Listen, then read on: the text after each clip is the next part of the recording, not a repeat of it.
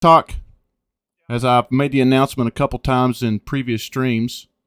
Um, I was going to wear these sunglasses as a joke, which we'll get to in a minute.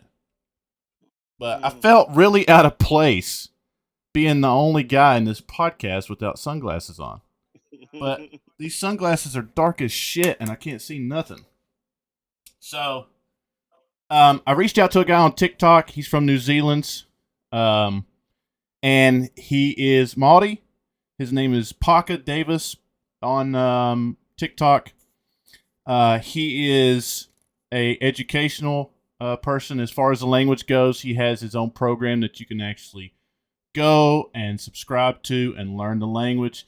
He also does a podcast on Spotify as well, and he has a pretty big following on TikTok. And my brother Aces that's in the stream, we was chatting one day, and I asked him to give me his opinion on if I should reach out, and I did. He said yes, so I did. And so I sent the brother an email, said, hey, this is what I'm doing. Love to have you on. And I really thought, probably never hear from this dude. And literally within 12 hours, the guy emailed me back and said, yes, I would love to do it. Let's chat more. And we've sent emails back and forth. And he's a pretty busy guy, so we're just trying to figure that out. If you haven't checked him out on TikTok, it is Paka Davis. You know what that means, bro? Shoot your shot. Yeah, Paka. Shoot your shot, bro. Hey, he's a real dude, man. Like I really enjoy his content on there, and there's some others that I follow as well. But he was the first one. He was how I learned about the Moko, because obviously being in the Discords and meeting everybody, you learn different things, and the Moko was one of the things that kind of came across one day, and I was like, oh, okay, well, let me look into that. And I really never knew about it prior. Then I've seen pictures on Google, but till you actually see somebody that's not a still picture, that's a real person with, I mean, it was kind of mind-blowing, man. Like I was like totally almost intimidated at first when I first seen him. I was like, damn, can you imagine walking down the street, and turning the corner and this guy being in front of you and you not knowing anything about that or what it stood for, you know what I mean? Like, it can be a very intimidating thing. So I was like, man, so that was where I learned about that. And then obviously the first stream with Native Sons was when he was kind of explaining to us about his daughter and his sons coming to an agreement to get theirs. And so it's just, learning every day about it. But anyways, back on track. I don't know when he's going to come on. He's definitely going to come on. I got Jam Ass Beats coming up in March. As soon as he gets a little bit more settled in, he's going to come on and do the podcast, which will be at least 5 hours long. So that should be a pretty good one for sure. Yeah, no, not doing that. Or dimensions. So yeah, so obviously I got these two fine gentlemen on here, which I met through, if I'm not mistaken, Ash, which is pretty much the case because Ash was the first Kiwi I'd ever really met or talked to, and that kind of branched out into others. Ace, obviously, for sure, Native Sons, but then I think Ash raided me one time or something, and you guys was in there, and then you guys had a second boil one time, and she was on the second boil, which I missed. But I went back and watched later because I found out you was talking about us American Huas over here. Yeah, I met you. I actually met you through Native Sons. Oh, really? Native Sons, yeah, through Native Sons. So that was a time when he used to do the old farm simulator. Yeah. And he was naming horses, and good old Tikipiro was my horse name, and we ended up meeting. Yeah, or Redneck Randy. Yeah. Or our American chapter who was through Native Sons and Aces. Yeah, for sure. Yeah. For me, it was through Omi, like watching News Jam Apex. Yeah. Okay. Yeah. For sure. So there was just being who's basically. Yeah. Pretty much. So as you can see, I got Axie, Matua native, two guys from Ngati Gaming, and obviously two of the hosts on the second boil that they do which, correct me if I'm wrong, is New Zealand's Wednesdays, right? Correct. Yeah. Okay. Yeah, mostly New Zealand wins. So like, we'll work around people. Sure. Yeah. Or sometimes, we get the wrong information out and they turn up on the wrong day. Yes. How's that, Native Sons? Is that better? Gotta adjust the audio just a little bit. Cool. And all right, that should be much better now. Cool. I would mention this. Like, I'm actually happy that like when we started the second boil, we didn't expect anything to come of it. We just thought it would be, just a few who was having a chat and not expecting anyone to, well, even be inspired enough to do their own podcast. So if anyone out there wants to do it, get in there. So shot for that, Josh. Yeah, I mean, the one thing that if you like, I was telling people all the time, like when I started talking about doing this, like one of the first things that came into my brain was I needed to get permission from you guys, because I felt like if I just did it, it would be extremely disrespectful, because I had intended on having primarily a lot of people from New Zealand on. And so I was like, man, let me reach out and get their blessing to do it, because I didn't want to just, I know that the Māori people is a very private people in a lot of ways, and a very, very open people in a lot of ways. And so I just wanted to make sure that I wasn't crossing any lines and I was being respectful. And hey, I appreciate you guys giving me your blessing and also coming on and being my guest. It's truly an honor, man, because I love what you guys stand for and I love what you guys do. And until, when was it, Native? Yesterday you did the stream? Friday. Okay. So until Friday, I had no idea this dude was a freaking teacher at a bilingual school. So I learned something new every day, man. But anyways, I learned something new. That's a line in my haiku. Yeah. that I wrote about Matua Native's real name, but we might get to that a bit later. So first things first, let me get it off the books here. Congratulations to Matua Native, who just recently got married. So big shout out to you and congrats and much love and blessings to you and your journey you have ahead of you with your love. That was one hell of a weekend, I gotta say. That's what Ami said. Ami said he don't remember a whole lot of it. Yeah, because he got in trouble, that's why. Oh, come on.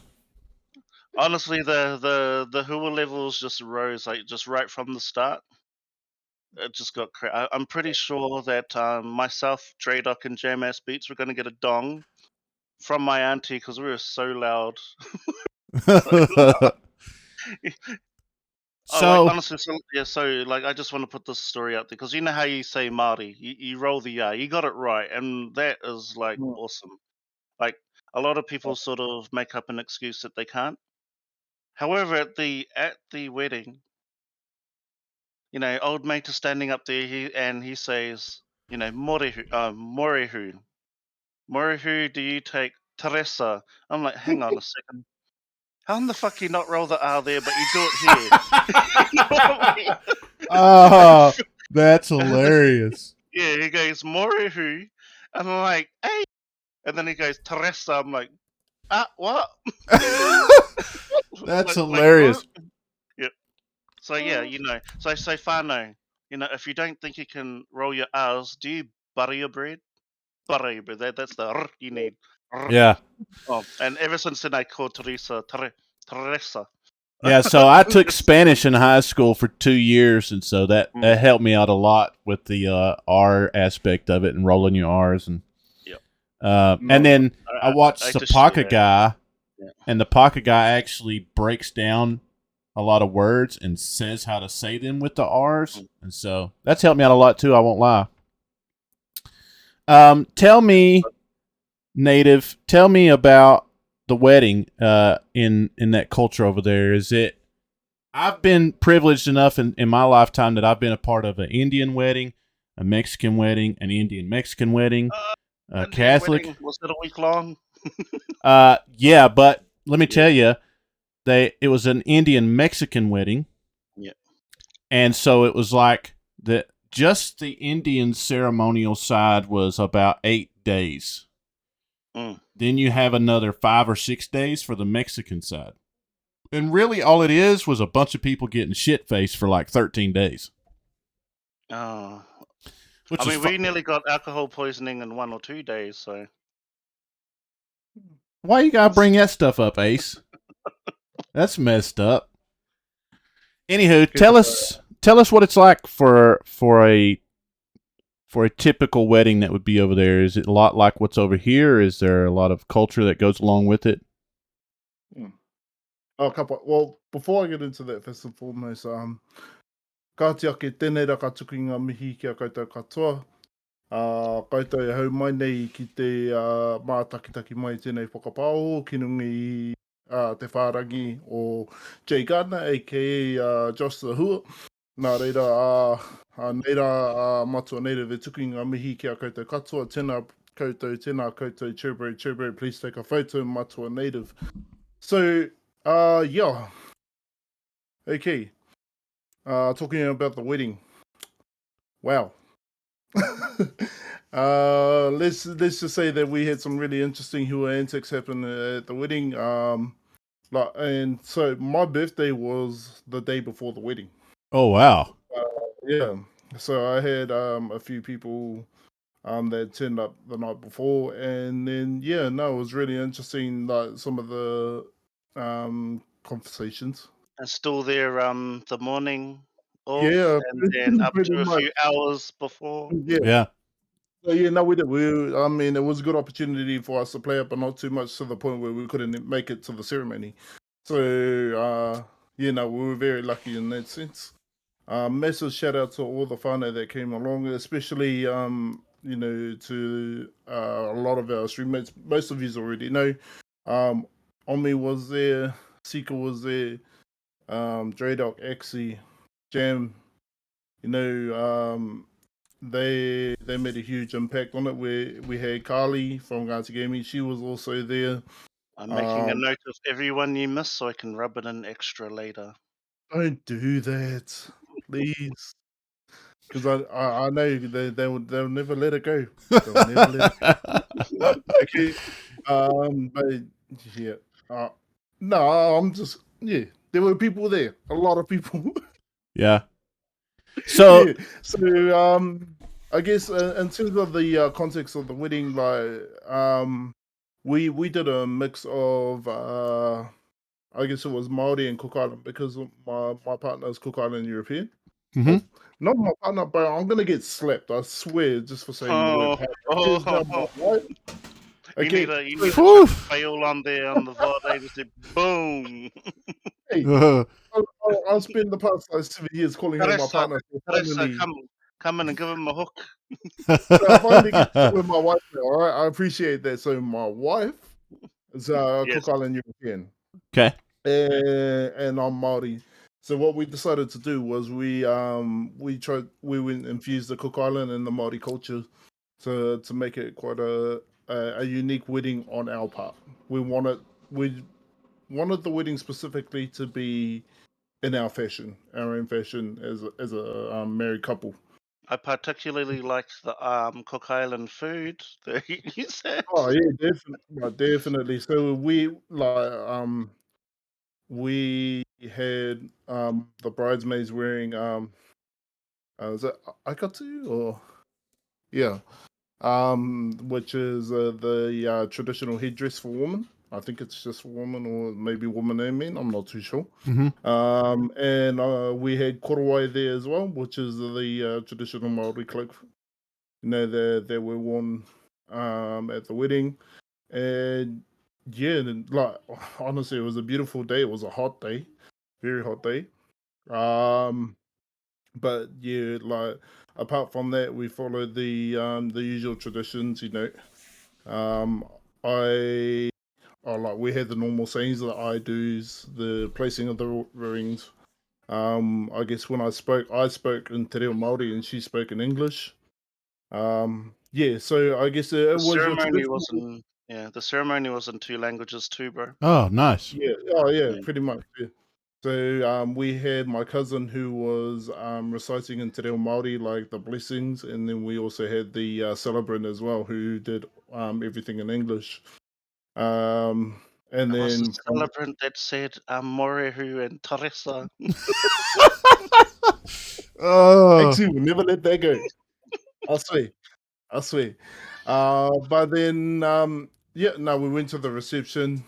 I was very blessed and embarrassed to have some good friends say some speeches on our behalf. So Sika spoke, Axie and Jam spoke at the wedding. I had my wife's brother who spoke. Yeah. So I am my best man. Shout out to brother Tommy, um, who was there and has been there for me throughout everything. Yeah, so it was really good because I had a lot of my friends that I met through online, and then I had my IRL whānau that was there as well, and it created a really good opportunity for those ones that are involved in my IRL life hmm to meet a lot of the people in the Discord, and it just blended naturally.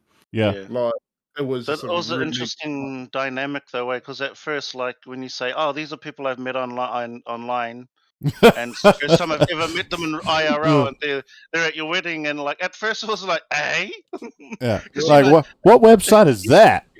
yeah. An old friend find out. No, Mm, mm. yeah. no jokes. But at first it was like because like you met people online and they're at your house, because the old stranger danger of the old days. But yeah, it didn't take long for everyone to just get in there, and before the end of the night, we were all fucking in fits of laughter and Yeah. drinking and all that thing. So by the time we left, everyone was like, "Fano." I Nice. think we break that stigma of the of your online whānau and your IRL whānau, being able to come together in one space and being able to meet. Like, Yeah. yeah, it did. It felt so natural. So I was really appreciative of that. That's awesome. Yeah, but overall, yeah, it lasted until early hours the next day. Right to the point where I had a few of the boys they were trying to have a midnight feast in the dark and getting told off. Turn the light on, you idiots! Wow, could you imagine like two drunk dudes like oven open and trying to eat stuffing and chicken in the dark? That's That wasn't me. hilarious. Yeah. That wasn't me. And all I can hear is my wife literally just yelling at us like, "Why are you idiots eating in the dark?" So it's yeah, The only reason Because why it that's what stopped, we though, do. yeah, the only reason why yeah, it stopped is because people had to drive the next day.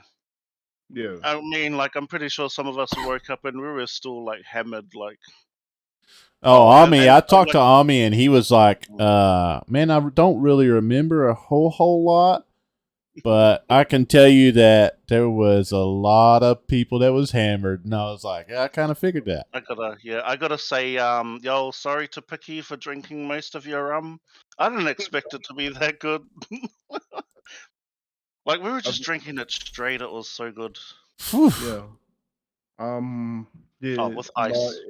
even Prides and his partner were there. Amy uh, Bob yeah, Rongo and her partner was there. and Hucks. You Yep. like those people all going out of their way to come to where I'm from because like where I live is pretty much right out of the way for the rest of the country.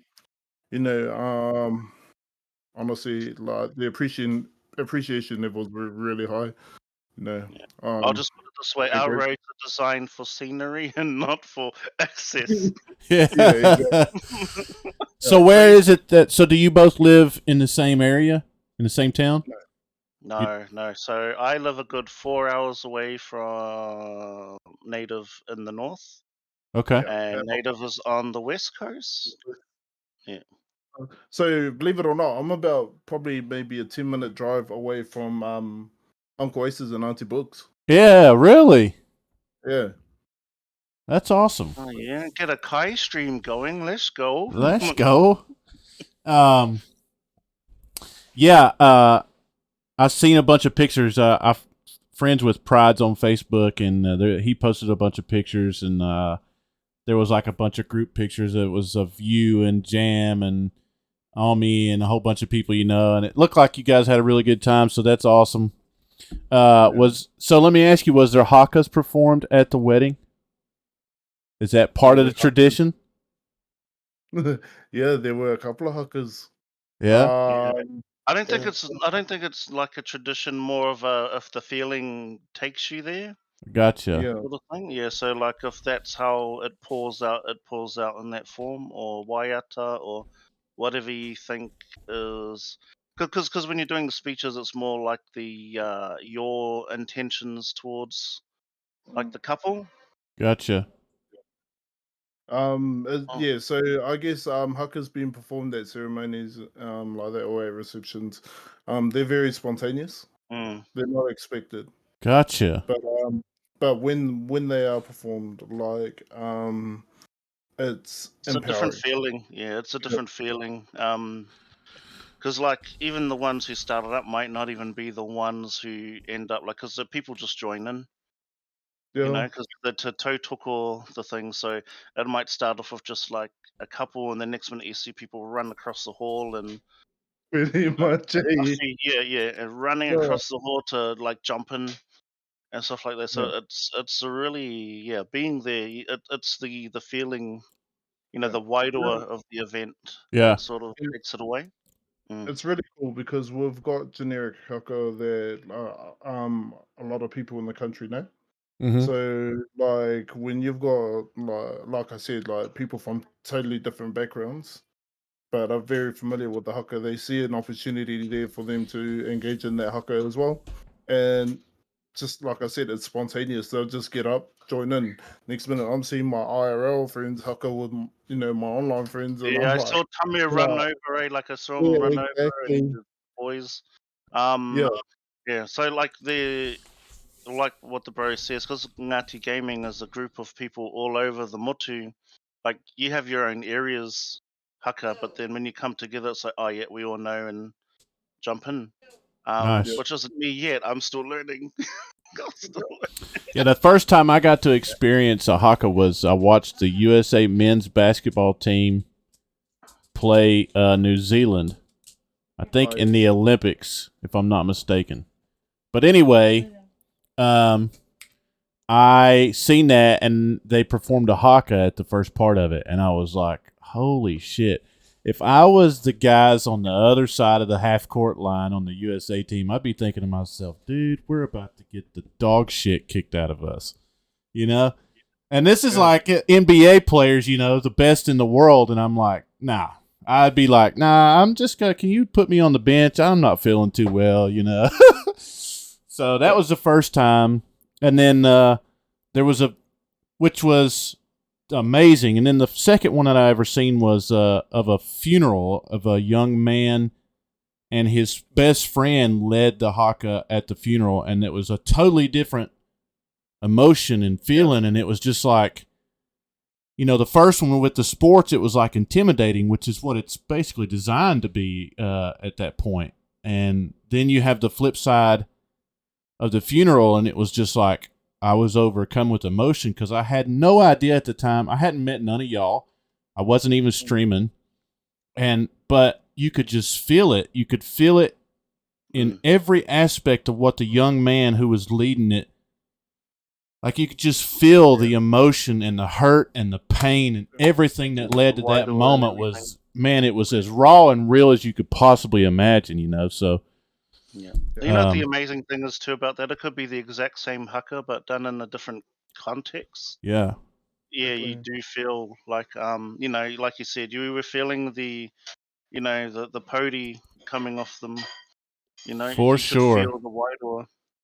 Yeah. Yeah, So it's a very, very strong, like, overtaking, I had no idea who any of these people was. It was just a video that I found online, and it was almost like I knew who these people were. that's how strong it was. And like, it was like I was losing a friend of mine, you know, because it was such a powerful moment of hurt. And I mean, it was very moving in a lot of ways, you know, because it's confusing too, because it's sort of like yeah, sad, but they're also celebrating the person. absolutely. Well, that's why it comes through. It's just pouring out your intentions. Yeah. Well, that's it. Like the haka is a form of expression.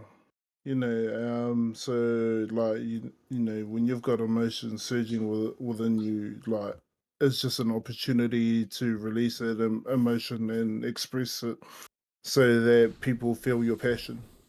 You know, no matter what the context is, at the end of the day, if they know that you've poured your entire heart into it to perform something, Mm-hmm. you know, that shows that, oh, okay, you know, this is more like the, you know, the release of energy.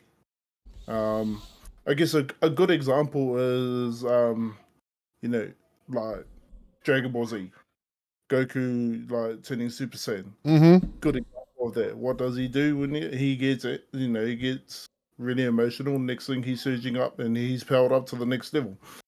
That's Haka in a nutshell. Oh, is that how we got the Super Saiyan Kanan, the old Yes, it.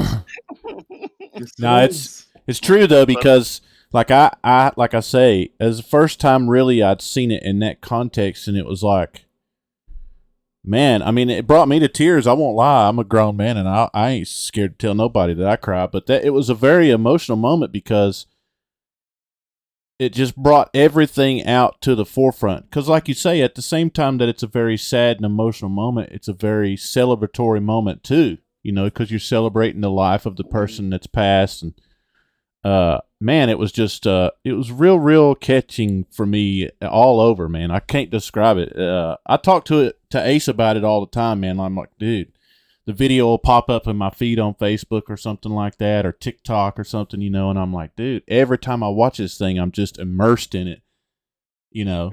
It's crazy.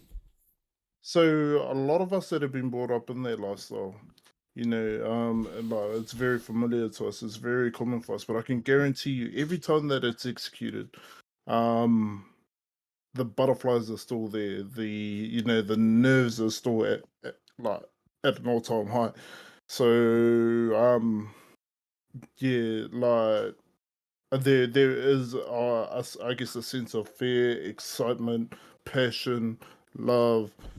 You know, like it's all surging all at once. Everything, yeah. yeah, Yeah. Wow. So yeah, I would have loved to have been there for that. Like, you know, we talked right before, and everybody that knows me and knows that New Zealand and the culture and me is like, I'm totally wrapped up in it, man. If I could right now and this damn COVID shit wasn't going on, I'd be buying a plane ticket and, you know, I'd be coming. It'd be over, you know. But one day I'll be there for sure. So tell me, how did you guys meet? How long have you guys been friends? feels like forever, but more like 5 minutes. No, feels like forever, but more like 5 minutes. No, so this is from what I remember. So I had just joined Ngati Gaming because at that point, um, just to be clear, like I spent like the last 10 years overseas and felt disconnected from my own culture. So like I got to the point where I was watching Kapahaka, Haka and that on YouTube because you know when you're fiending for home, you know people do that. Mm-hmm. So I got home, and then I'm looking for groups to connect with, but what you would usually do is go down to a marae, you know, go down, hang out, see what the puckers are doing, and you'd learn down there. But I'm not in that space, so that's how I came across Ngati Gaming. So they're in the digital space. I'm there all the time, so I joined Ngati Gaming, and I'm going through everyone who's streaming. I was like, oh shit, this guy here is playing Tekken 7, and that was pretty much it. I jumped in the stream, and I'm like, bro, have you tried this? Oh yeah. And like I was just like fucking tono airs in his stream. Like they like tono like backseat like drive backseat gaming the bro, and he's like probably thinking, who is this fucking random? Just from there, then we end up having games and having a yarn, and that was it. Like, So it's not really been that long ago then, because Tekken 7 hasn't. It's not been that long since that game was out. actual 2 years, like Yeah. it's 2 years, Yeah. 2 years And now, yeah. I would say maybe a year and a month, or maybe a year and a couple of months. Yeah, like to be, yeah, if you want to really be technical, technical. yeah. So I'll say like a Technical. little over. X is partially right. Okay, so because he always like seems to take out the good bits. So yes, so no, I was like, who the F is this dude on my channel? And then I was like, actually, I vibe with this dude on my channel because he was there. Yeah. You know, yeah. So like, I think I went from one, and then Exy came in, and then I got to 3 viewers, and I was like, yeah, I got 3 viewers, and I was stoked. And but I'm he still remained stoked on 3. yeah. Yeah. But, you know, he became one of the consistent viewers of mine, and then like we both linked up in Ngati Gaming. Now it's really interesting because when we got to talking, we sat at two different ends of the spectrum in terms of Ngati Gaming. So Ngati Gaming is like you got all the digital stuff, but then you've got the like kaupapa Māori stuff. So so he had the digital fluency, and I had the language fluency. And so, and we were both absolute hooers. So, you know, we were able to reciprocate us, I guess, like our skill set. So I could help him with the Māori stuff, and he could help me with the digital stuff. Bro, Yeah. it's like I mock myself more than anyone, but like, you know, I can ask him the dumbest questions that I should know, and he will just like tell me straight face, like, okay, wānanga mode, you know, boom. And I'm like, well, I thought that was a stupid question, but it turns out it was deeper than we thought. Like, you know, I would say, oh yeah, I'm like, I don't know shit about this. Then we end up getting into the conversation, and I, not knowing, have been following certain things just innately without knowing. Yeah. So like, I don't have the real, but it's in my actions apparently. Mm-hmm. From what, yeah. So we'll get into those ones, and then like the bro would like message me about like anything technical, and I'll be like, yo, easy in there, another wānanga. So one thing about like being Māori, right, is that like we have a lot of native people in Aotearoa that can't speak te reo Māori. They can't speak the language. Right. But then just because they can't speak the language doesn't mean that they're not speaking it in other forms. Right. So like for I guess the way that we perceive Māori language is it's not just verbal.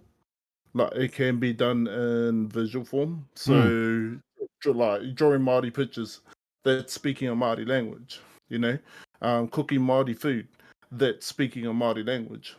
So with what he was doing, like his intentions were there. X's intentions were there in terms of performing Māori actions without speaking it verbally. And so I was saying, nah, bro, you're already on the right track. Just be yourself. So prior to you two meeting, you did you really not speak Māori that much? Was that not like something that you had a big grasp on? So I have a fundamental understanding of how to pronounce everything, but the thing with my learning style, I can't really learn off. So like a traditional setting, I have like zero like my attention span. Boom! If you don't keep me, I'm like I'm already with you. off. But if I'm teaching myself, I can sink hours into it. So I can teach myself other languages, but you can't really learn te reo Māori from resources because it's not really just the language. Because it's the thing is about our tipuna, which is a good thing and a bad thing. They intertwined everything. Everything's intertwined. So you can't learn one thing without learning another. And then the deeper you go, the more entwined everything is. Right. So it's not one topic. It's it's a mishmash of everything all at once. And they sort of teach you, and this is another thing they had. They had a way of teaching you shit without even you realizing that you're being taught. Yeah. Yeah. So then you recall these lessons 20, 30 years later.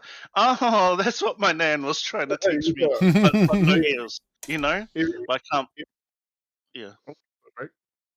But yeah, like it's just things like that. Like they were sneaky and innovative, and you can't just go on YouTube and just find like a or YouTube or Google or something and learn it. Like these TikToks are actually a lot better because they have your context and your ideas and stuff. Like they try to. It's not like a one subject. So Right. even like Modako. So if you were to learn Modako, yeah, there's tons on top of it. You're not just learning how to fight. Yeah, just learning from Toops and Matua Native. Yeah, there's all sorts of other ideas and things that intertwined into them. So that was my issue. So my first issue was when I was younger, I had no ears or patience. I had the wealth of people who would have taught me. Mm. I Yeah. still have a wealth of people who can still now teach me. Like some of my nephews are on the pie, but like yeah, try to get their times now. Their time now it's kind of hard because they're in demand. Yeah. Yeah. So now I'm on my own journey through Ngati gaming and all these tools. Like even just being around people who speak and like they just drop words in context, and you kind of already know what it means. Right. You know, they drop words in context, and then it gets to the point where they're speaking. It's like, oh yeah, I'm catching more and more each time. So prides will tell you to, just will be like listen, get like words here and there, and that actually works. Yeah, Like because Prides does a lot of stuff too, where he's posting TikToks or Instagrams where it's just really short sections of something, and then he's breaking that down and describing it. I gotta really give it out to Pride. Say like, Yeah. does anyone know he's actually shy, but he puts a lot of fucking I can hard work in tell. there. He I can puts a tell. lot of hard work in. Like to the normal person that's not in his circle, you could tell that he would be like a clammed up in a ball, and just but you can tell around the people who he's comfortable with. Oh man, I can only Oh yeah, imagine. You know what I that mean? Pride's is a crack up. Yeah, once you Uh, peel away that layer, who are like everyone else, but yeah, I gotta give it up for the bro. Like he puts in so much mahi, got so much passion for what he does. So yeah. fucking we're lucky to have him, man. Yeah, speaking of the devil, there he is in the chat. Just We're to talking about you, not to you, we're talking bastard. about you. Hey, real quick, the Jag 0567 up there, that's actually my sister in the chat, just so y'all know. Oh, nice. Shout out to Josh's sister. Yeah. Your brother's a hula. Yeah. She don't know what that means, which is totally cool. I'll tell you what hua means later, Joyce. Yeah. But just coming back to Pride there, like I've gotta appreciate that for someone that still knows Pride is a very fluent speaker. He won't say that he's very fluent, but I like to believe that he is a very fluent speaker. Right. Hang on, the bro. Everyone who's fluent says they're not fluent, and it's irritating. No. But the thing is that so we have two different ways that we look at our language. Like we have formal speaking, we have informal speaking. Te reo ōpaki and te reo ōkawa.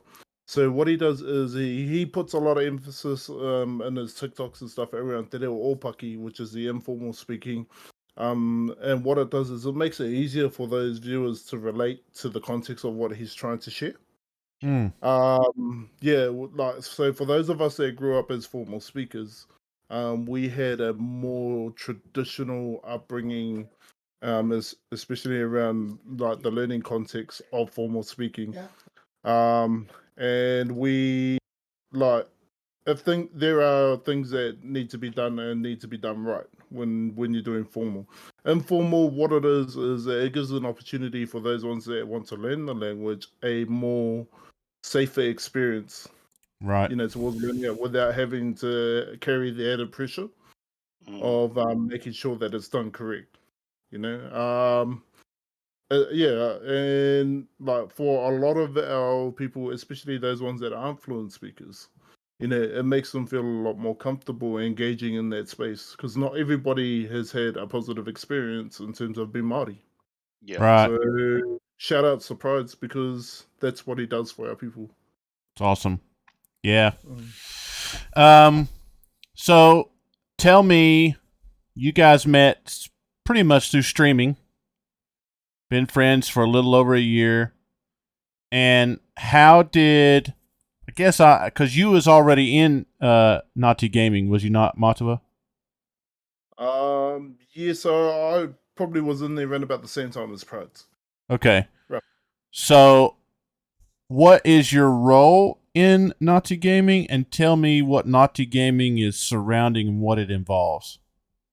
So, He's co-matua of Ngati Gaming. He's the co-matua. but right.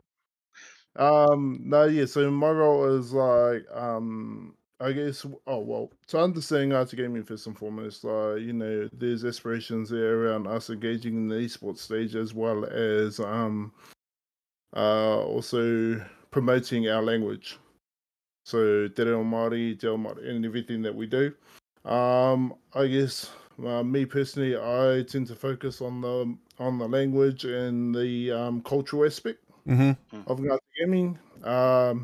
That's just through my passion through teaching. So like I've been a teacher for 12 years, going on my 13th year.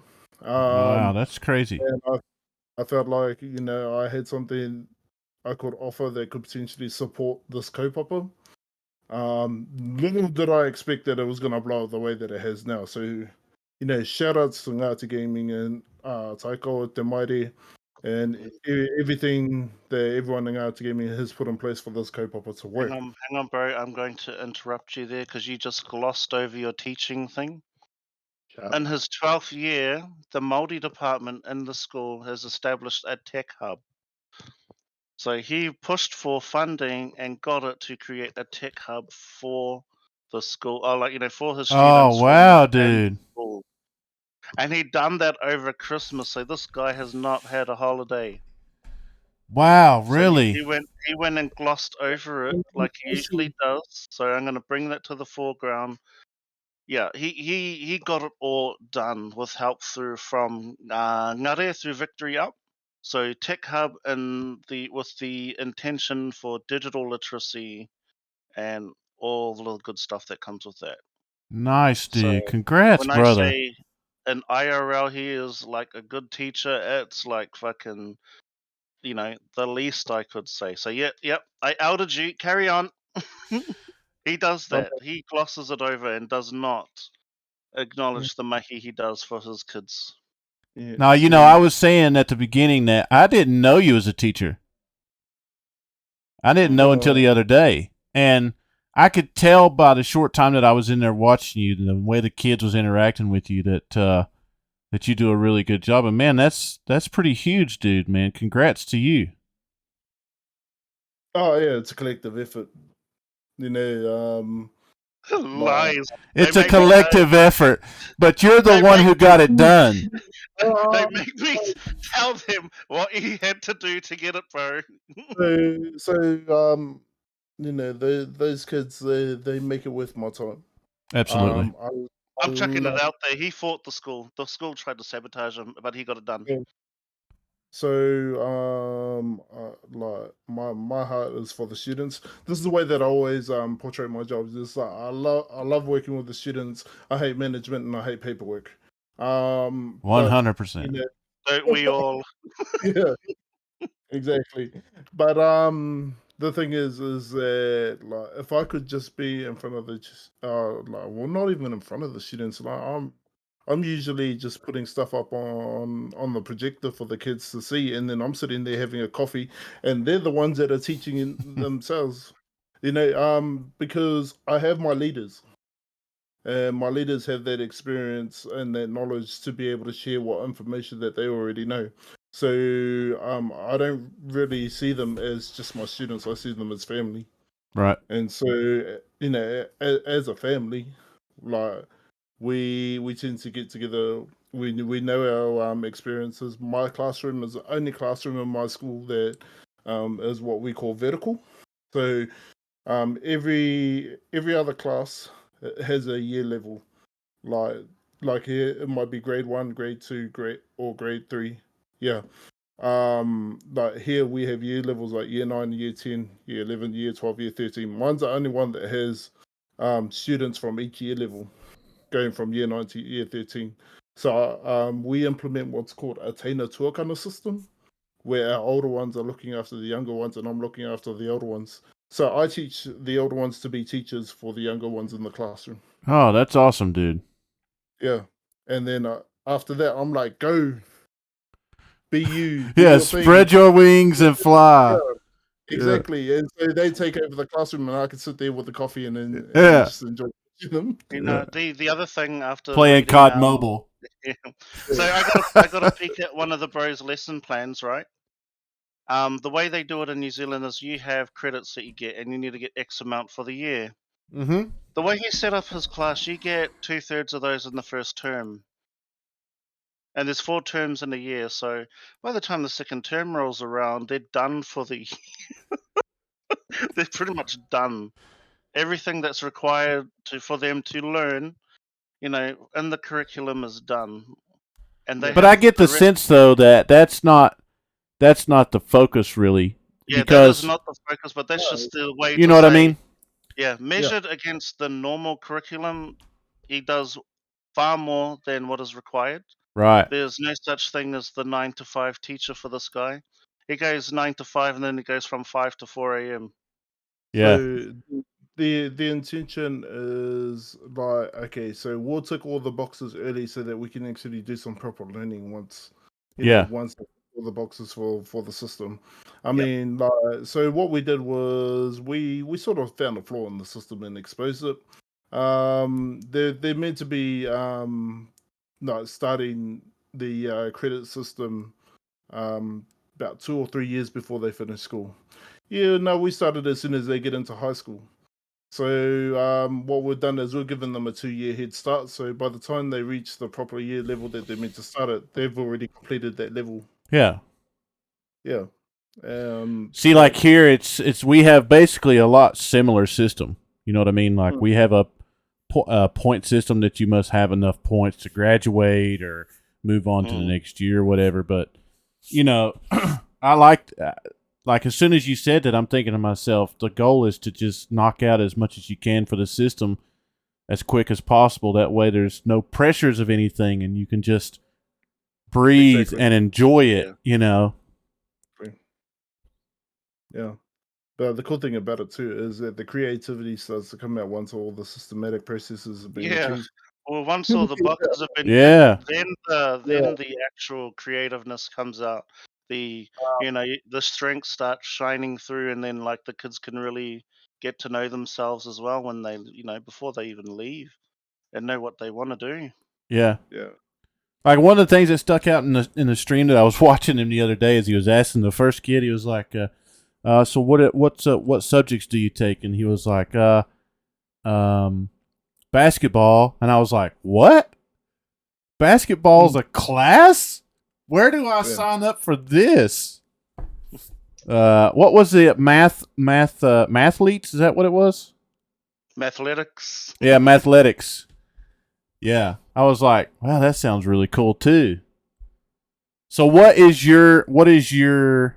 you do in your job? What is your job as a teacher? Or do you have a specific subject that you're teaching, or is it a broad spectrum?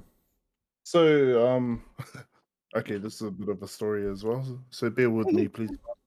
Yep. So originally, what I did was I was a language teacher for Te Reo Māori, first and foremost. Yeah, so I was following system processes, to try and teach the kids in my class, but it wasn't working out. We like the achievement rates were quite low, and it was like the school wanted me to sort of perpetuate that by carrying on the same processes, and I was looking at it and I was like, hell no, this isn't working. Yeah, Let's carry try. on doing the broken thing, eh? Yep. Yeah. Yeah, exactly. You know. Expect different results, do the same thing. Yeah, that makes sense. Yeah. And I was like, no, this has got to change. So what we did was we developed a new program which doesn't just focus on the theory side of language, but then we started looking at, okay, what are some practical stuff that we can do? Because our kids, they have the creativity, they we just didn't want the class to be boring. Right. I was teaching the class and I was following the curriculum, and I was like, "This is boring. I don't want to do this. There's no way that the kids want to do Yeah, this." So for real. What was the learning material? How many apples that Tama had? Well, like your normal language learning materials. exactly. So Yeah. we were like, I tried out a few different things. One of them was I brought my father in to a class to teach. Now my father, he's an artist. Okay, episode 0 of the second boil. Yeah, and he likes to kidnap people as well. Like Yeah. we'll let Draylock tell that story. Yeah. But we did a huge switch up of the program, which was entirely focused around Maori art. And then what we saw was the achievement rate skyrocket.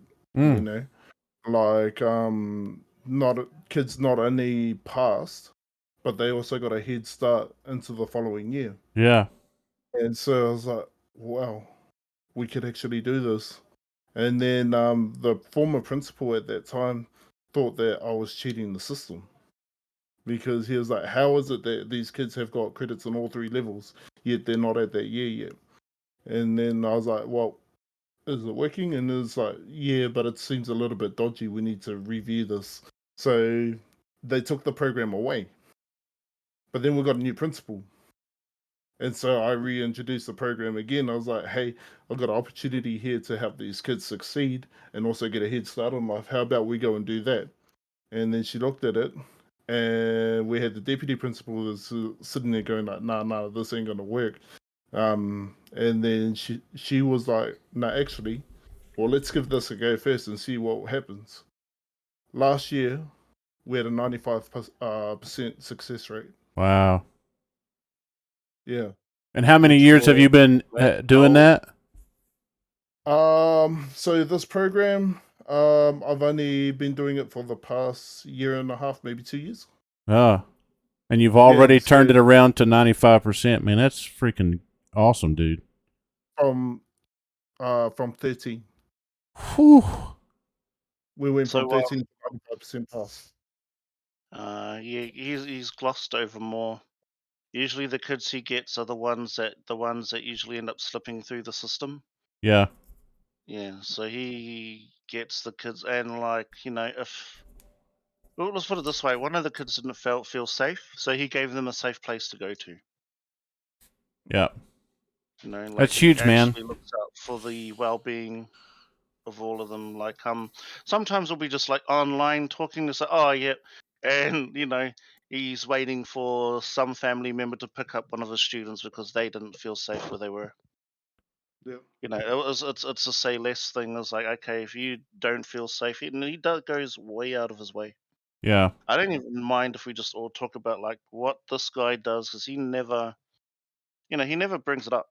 He thinks people might maybe forgot, but like I've seen 3 students at his house just because they needed somewhere safe to be or wait until they calm down or their family comes and gets them. That's good, dude. Much respect to you, my bro. Wait until we talk about Axie, because he's got achievements too. So, to kind of touch on the kids there and the youth in New Zealand and kind of the struggles and everything that they have to go through, the expectations of them, and that's such a huge thing for them to have somebody that they can depend on and rely on and know that they have somewhere to go to have a safe, comfortable place to be. Like all the conversations that I've had on stream and off stream with numerous people from over there, the youth in a lot of areas have a really, really tough time.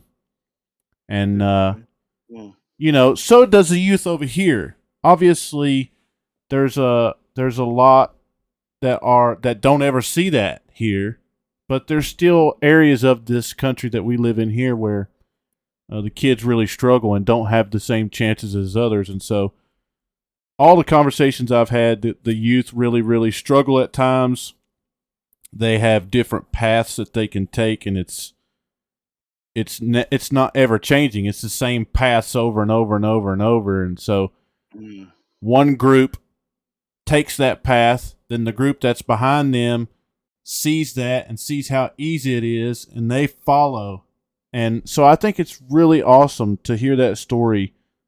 So, one thing that I'd like to emphasize on is that, and I'm sure a lot of Māori people can relate to this, especially our whānau here in chat, is that, we as Māori are very spiritually connected.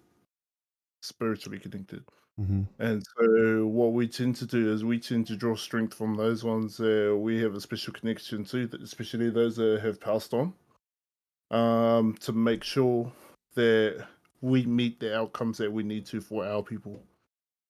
So I can honestly say that uh, this is a proverb in Māori, e hara taku toa I te toa takitahi, engari he toa takitini. My victory is not of my own, but of many, you know. True. Very true.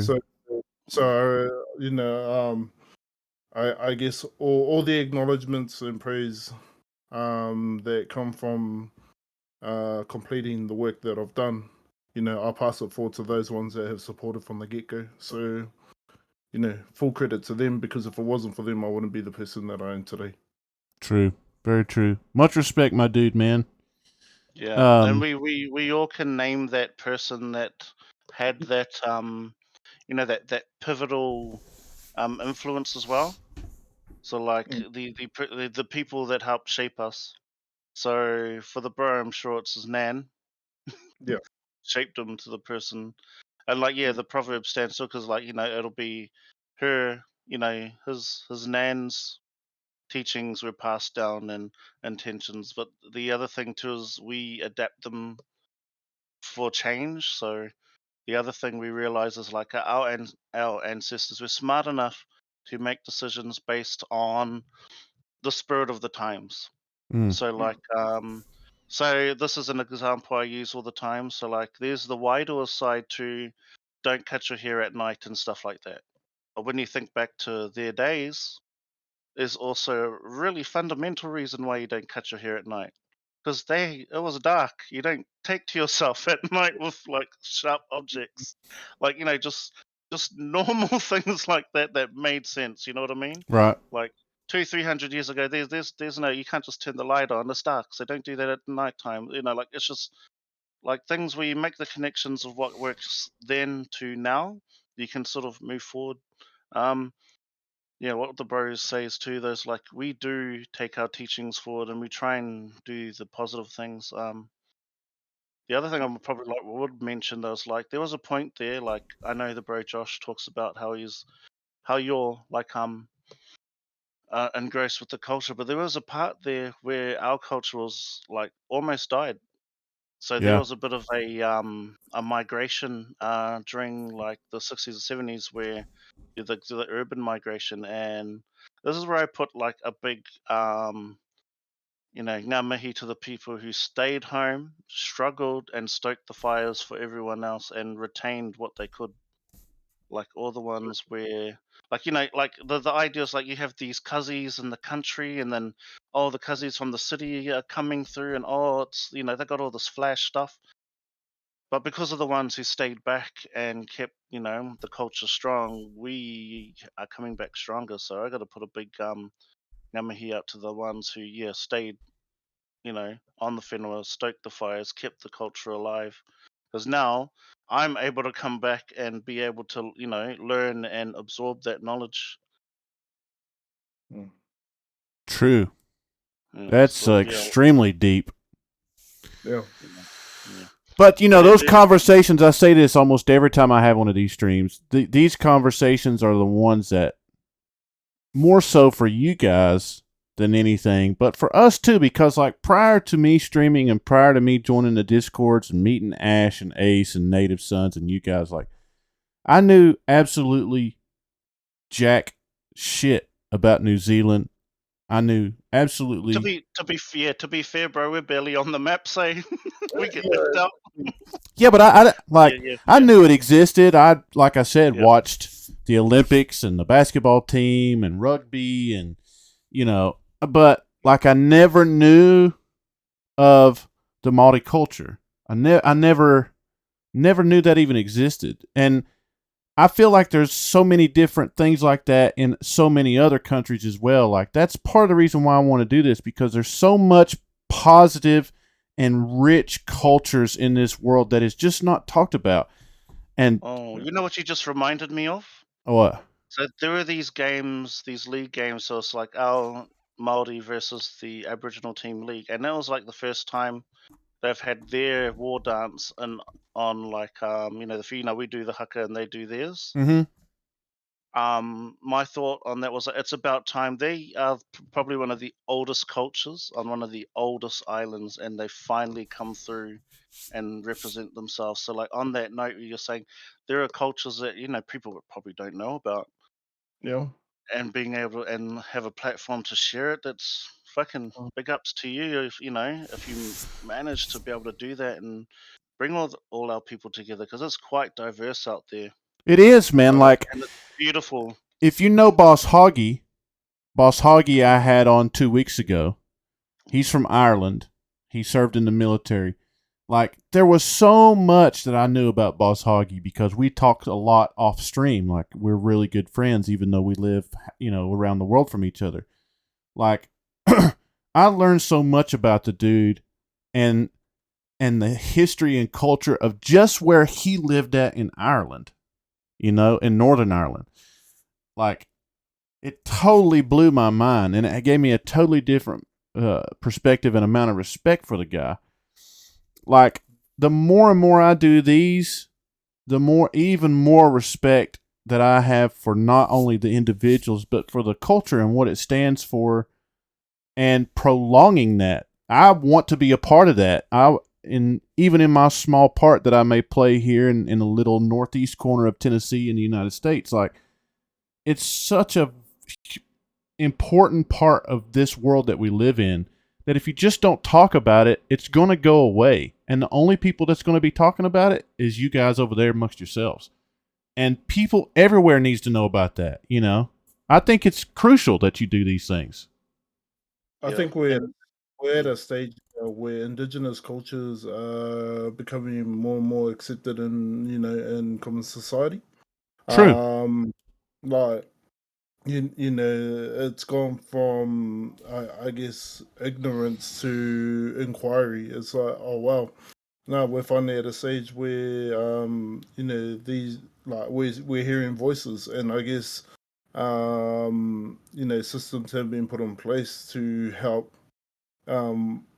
support those indigenous cultures, so that like you've got a lot of indigenous cultures that come from really rough upbringings, really I guess hostile backgrounds. Mm-hmm.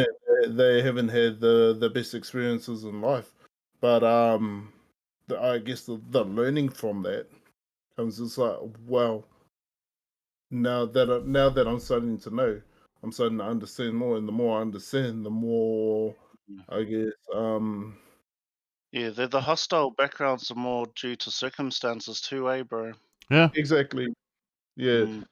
So, but these are all learning experiences. I mean, at the end of the day, you really can't make a judgment call if you don't know any better, No, right? Yeah. So, But what I also find, bro, like when you actually tear away all the layers, everyone's more alike than what they realize. dude, I had Native Sons on my first podcast that I did, right? We talked for a couple hours, and in that, he traces us back to his side of what he referred to as the original walker that is in his bloodline. Okay, I know you know the correct terminology, and I don't, Yep. so I'm not even going to try to pronounce it. So, but anywho, You know what, bro?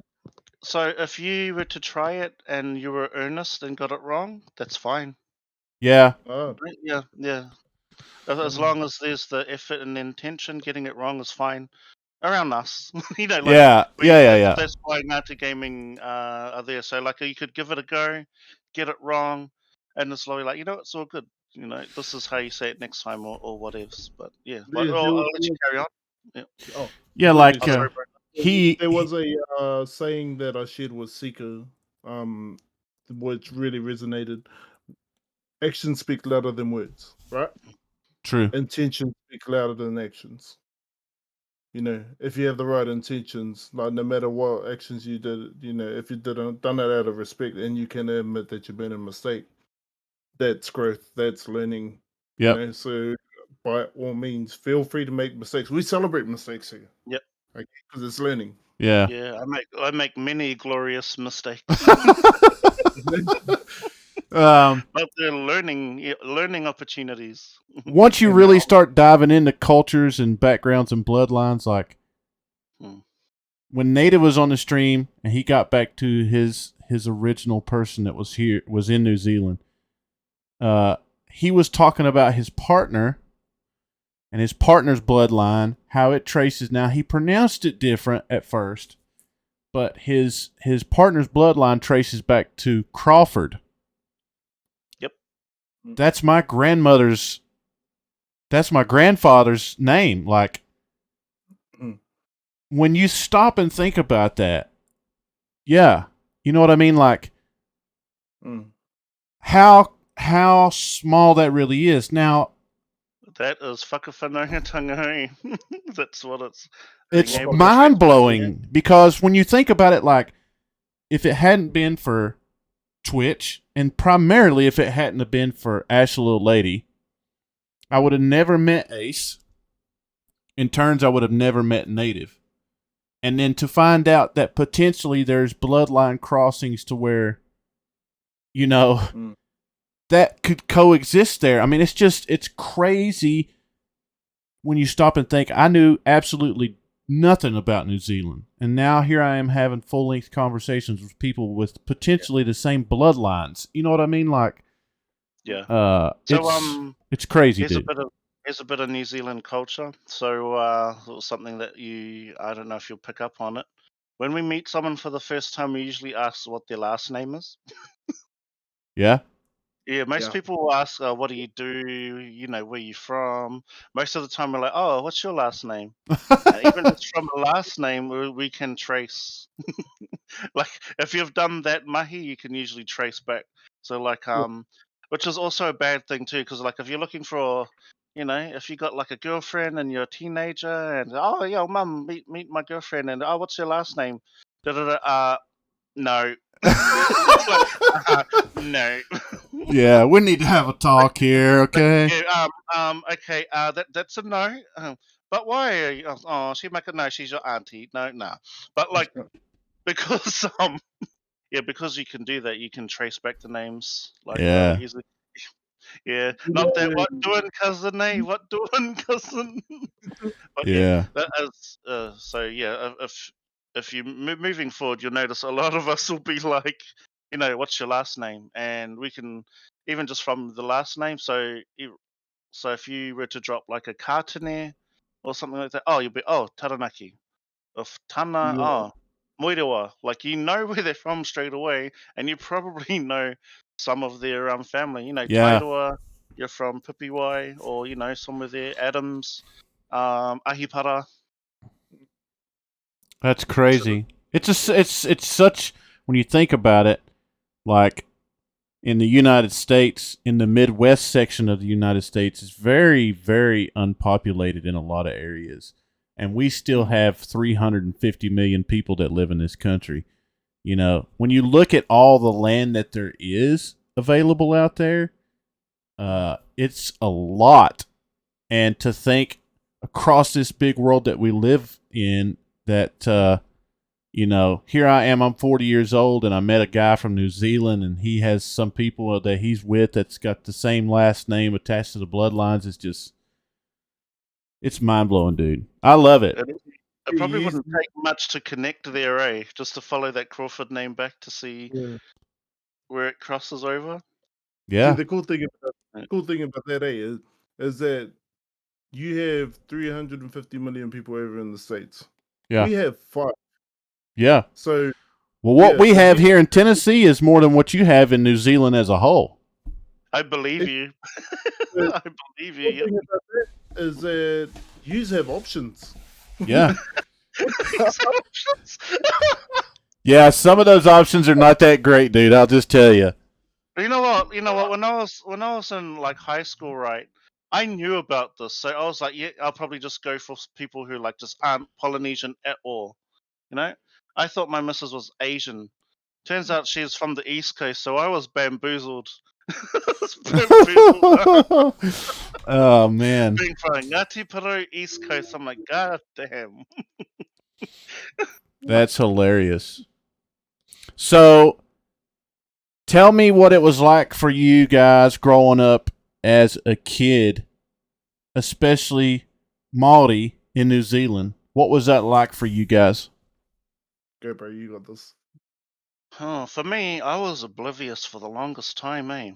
For honestly, like my earliest memories, I lived in Mangere, and I was oblivious to everything that was going on around me, eh? So like my parents were quite good at keeping the Mangere out of our house, so to speak. Um, and there were some pretty rough times, like from the 70s into the 80s. They were still dealing with the fall off of like an economic crash. So then we had a lot of people without jobs. Mm-hmm. A lot of people doing things to try and get by. You know what that entails. And there are some pretty dangerous locations, though. For myself, the entire time we were in Auckland, like you can feel it was rough. But I was such an oblivious little nerd. I had a Commodore 64 when I was 4 years old, and I learned how to copy games and pirate stuff when I was like 4. So, yeah, on the Commodore Yeah, 64. the streets is real. So Uh, I would damn, copy. hey man, you want to learn how to do some crazy shit? Like, yeah, man, I want to learn. You want to learn how to copy a bunch of shit? Like, come here, I'll show you. Like, most people's like, all right, you want to go burn some ants with a magnifying glass? In New Zealand, they're like, hey, you want to go copy and steal some video games? So I was 4 years old and I had trays of like all of this stuff. But then we moved to the far north. And in the far north, there's absolutely nothing. So like you are definitely in the wops, and it's a totally different lifestyle. So just it was one of those just on the farm Mm-hmm. before I even got to get up and feed myself. Get up, feed all the animals, do all the chores and shit, and then I can think about having breakfast, getting changed, and I need to be done by 7:30. Otherwise, I miss the bus, and school is like a hour and a half bus ride up the valley. So I stayed there till I was about 15, but I was still doing all my nerdy shit then. Like I was like still copying games, copying movies by then. Um like I was lucky to have a lot of resources. I don't know, like it's weird because like we weren't ever money rich, but we never felt poor. Right. Like for food, home kills. My family worked in like orchards in Kirikiri. Uh, So, fruit, veggies on lock. So we had a rich lifestyle, but not on money. Culturally, though, as I got to about intermediate, yes, I started, the naivety started wearing off, and then I started seeing the sort of dynamics at play. Particularly, one guy in my class was heavily picked on. So, like, small town things. Don't go near this family, they're bad, because they're associated with gangs, and don't do this and that. My parents were like me and didn't listen to anyone. So what they done for this community is they had in summertime it'll be women's softball, men's softball, and kids. Mm-hmm. So like we didn't really have baseball, so like they'll take the whole community, anyone who turned up who wanted to come, we're in, be it like you know where we were, it was the mongrel mob, so they had their kids come through, and they were treated like shit just because their dads, their uncles, were associated with the mongrel mob. But no, like they give my parents just gave everyone the respect, like just face value. You come in, you get their respect, and it's up to you whether you lose it or not. Right. You know. But so see, the thing is, with these kids, they'd never been given any sort of respect or anything. So what actually happened is like they bonded. They're still family friends now. They've grown up. One of them owns a business now. You know what I mean? Like just that type of thing. Anyway, these teams come in. They take out they take out the like they smash everyone in the area. They needed to come to Auckland to play. My dad used to train some pitchers for the Black Sox. Mhm. That I did not know until he died. I did not know until he passed away that he used to train the national team from where we were living. I'm like, fucking this guy. But yeah, so like we always had at least 30, 40 people around our house. My dad would fit 30 to 40 people in the van, pick everyone up, drop everyone off, games, training. I don't know how we afforded the petrol, some skullduggery going on there. Um, but that was like sort of my life. So like they looked after and then in winter it was netball, rugby, and whatever for the kids. And that was my upbringing in like the far north. My my parents took everyone in my family, everyone else's kids, and I'm just used to having lots of people there. So I've seen a lot of circumstances and what people go through, and we've had like people stay with us for a elongated amount of time just to try and get them right. Um, yeah, so like, well, all that it was just pure chaos. I don't even know how to like pure chaos, but helped a lot of people. Yeah. Yeah, like it was just pure, like even trying to. So that's the thing. I can't figure out how we did it. How did we like feed everyone? Like, how did we feed everyone, look after everyone, uniform, equipment? Like, I'm starting to do the math now. I'm like, something. How? Just how? Um, then like yeah. So that was our far north. Hey, actually, what Yeah. about your mischievous days? Talk about the fireball. Which one? Which one? What's fireball? Oh, I don't see it. Okay, So, so so, so, so, so Uncle Ace Go, go, has go. suggested something. My dad was one of the most honest people there was. Like in terms of he won't let any of that stuff near. My mum, however, might have, but my father would never let that in. Like to the point where, like he had a military background, Mhm. so he would not. My mum might, but he would not. um. Shit. What were we going on about? Does anyone want to know which fireball? Like I also had a strict upbringing too. Like the old don't talk back or you get the backhand of doom. Yeah. And if you do because you know how lippy I am. I have to back Nah, chat come every on. time. I have to back chat every time. I would have I have never to guessed that. I just have to back chat every time. So like even as simple as like putting food away in the cupboard. And like my mum would come out, oh, you didn't do it properly, and I'll just like clap back. Oh, what do you want? Alphabetical order? I was like, oh fuck. Yeah. Oh, I saw this thing No. flying at me. No. Yeah, that shit. Honestly, like my mum had every right to, if I woke up, just kick me up the ass as soon as I wake up because I deserve it later on that day, Yeah, guaranteed. nah. Nah, I But knew pretty much at an early age that I couldn't do no dumb shit like that. I was getting my ass yeah, busted. yeah, I always had a thing against like oh, see, this is my child me was supremely arrogant. Like, I would look at someone, and if I deemed you smart enough, I would respect you. But as soon as I thought you were, the disrespect will fly. And then so with the hands. So with the Oh, I'm like, hands. oh, you're a smart I'd feller, like huh? to Oh, we're cool. Mm. I'd like to emphasize that. So how actually became good at Street Fighter was that he experienced a fireball firsthand, which came in the form of a radio that was lit on fire and thrown by his mom. Actual true story. Yeah, that was from that alphabetical order. Back chat. So more to it. Like by that time, I'd been in martial arts since I was like 7 years old. Like 7 years old. Mhm.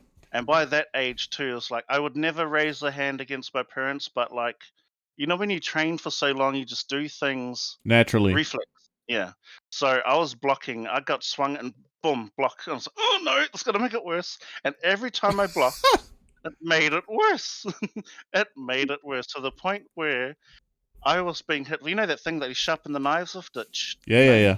boom, boom, boom, boom. Yeah, that came out, and I was getting fucking straight up, getting boom, boom, bout, bout, bout, block, block, block, and I was pushed outside, all the way outside. I was like crying because I was like, "What the fuck am I doing?"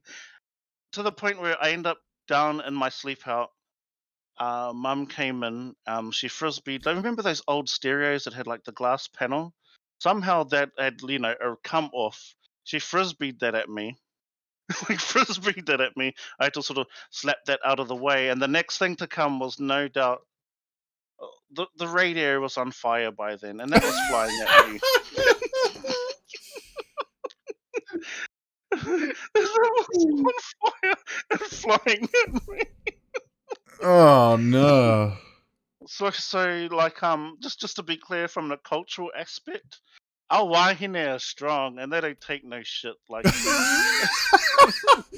Yeah, they'll be throwing fireball radios at yeah, you and yeah, shit. they fireball for real.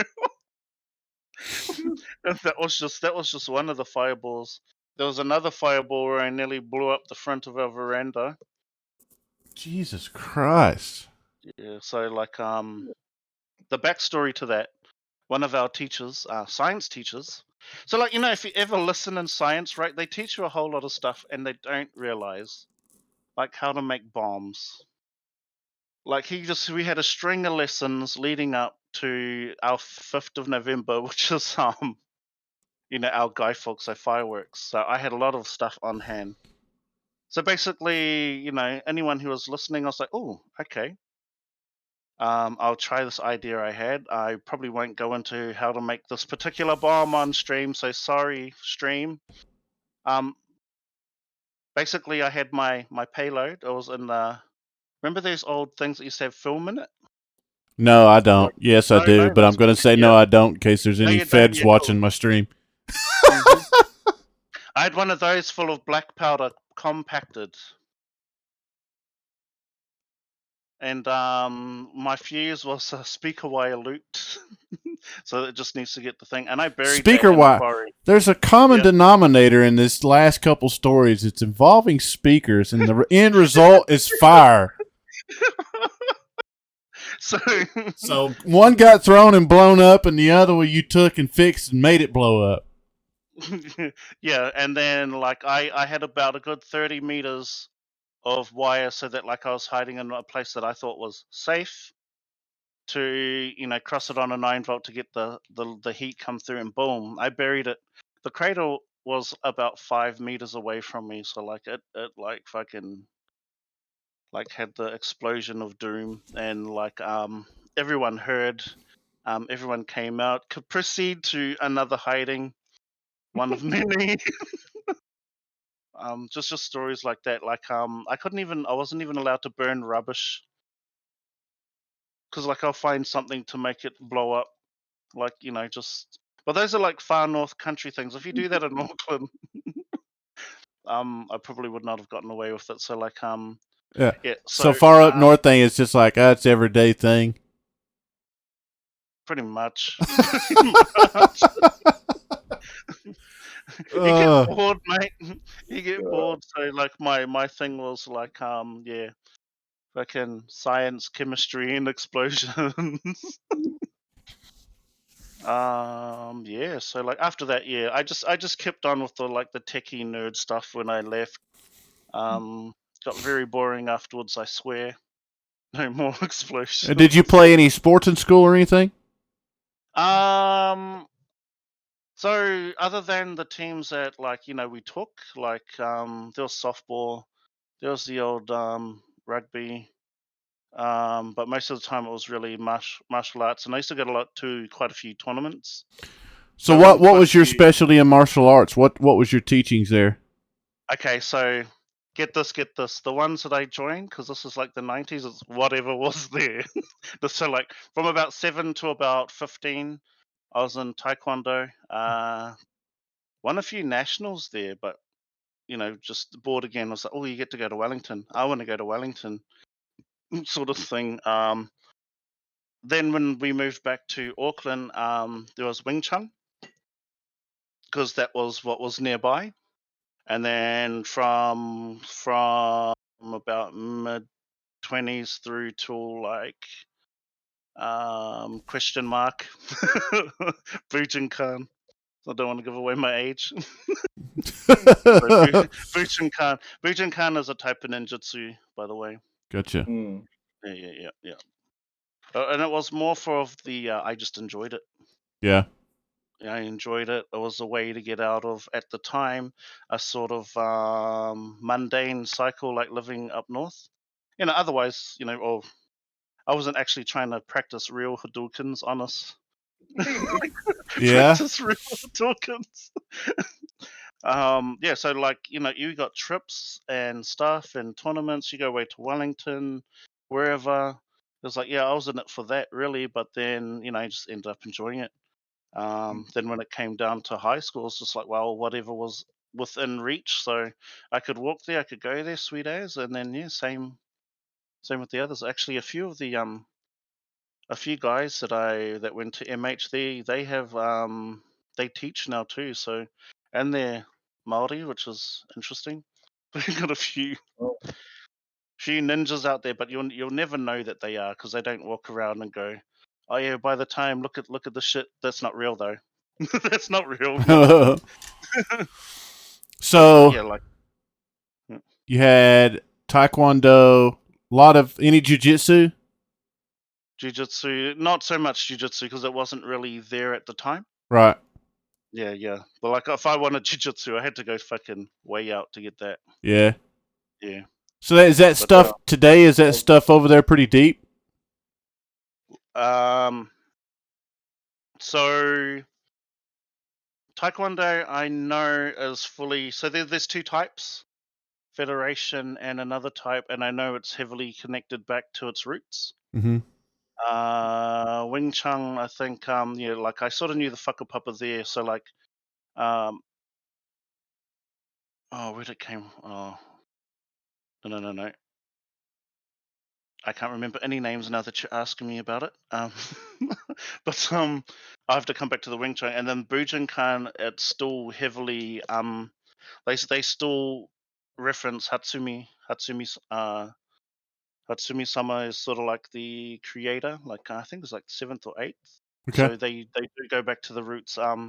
One thing here is like one thing that's really important to me in anything is the whakapapa of anything, like where it comes from. Yeah, Kyokushin is here too, Aces. And Manuru and Marae actually have a dojo going as well.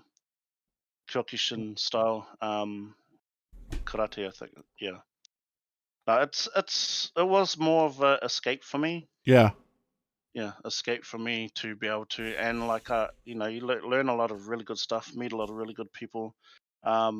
Bujinkan, you have people coming in from overseas all the time, and they share training. Like any opportunity to train is like people are coming in. It's not really like one set day. Nice. Yeah, I took Taekwondo when I was a kid for a very short stint because the instructor was my cousin's husband, and he was a little short guy, and I was like 6'4", and he was just a real dick that I just wanted to just say fuck Taekwondo. I just wanted to punch him in the face over and over and over and over, to the point where it was like I couldn't even enjoy it anymore. Like I wasn't learning anything. He was such an asshole about it, which, still today, here we are like 30 years later, he's still an asshole, and I still want to punch him in his midget face, Actually, nothing's changed except for the fact that I didn't learn shit about Taekwondo. Actually, I'm going to share something my daughter talked about. There are two, if they're not legit, they usually fall into two categories, and this is what my daughter told me. They're either a black belt factory, where they're promised a black belt by X amount of time. You don't want those ones. Or they're a McDojo. McDojo? Yeah, they're a McDojo where they lock you into contracts and it's all about the money. Yeah. So you want to avoid that. Some really good ones. There's McDojo. That's fucking hilarious. Yeah, it's just those are the two categories they tend to fall under. You soon know when you're there what kind of place you're in. Yeah. So just from the sounds of your mate. Do you know if it was Pacific Sun or Federation, or do you remember, or was it just so long ago? Oh man, literally I was probably 13 or 14 years old. I can't remember, maybe even younger than that. Maybe my sister who's in here can refresh my memory. Let me take a second here. Ash, thank you for coming through. I know you got a lot of stuff going on. Thanks for popping in. It, but you didn't do it. That was a missed opportunity there, Jag 05. Yeah. Yeah. Missed. Yeah, listen, you just don't understand this dude. I love my cousin to death, and she's awesome, but her husband I have wanted to punch in his midget ass face for 30 years, dude. Over and over and over and over and over. Thank you, Jim Ass Beach, for coming through. Chio, good to see you. Trash Panda, Native Sons, Ace. Thank you so much for everybody being here. It truly means a lot, because I know you could be doing anything else, but yet you're choosing to spend your time in here with us, so I appreciate you. I'm actually getting away with a lot here because I see Draydock popping off. Yeah. I see Draydock popping off. Yeah, I'm glossing over a lot. So what about you, Matua? How about you growing up? What was it like for you? No stories, sister. It's not going to happen, okay? I guess for me, for early life, I spent a lot of time out on the marae. Shit. So I'll be right back. Safe. I guess I had a strong cultural experience when I was very young.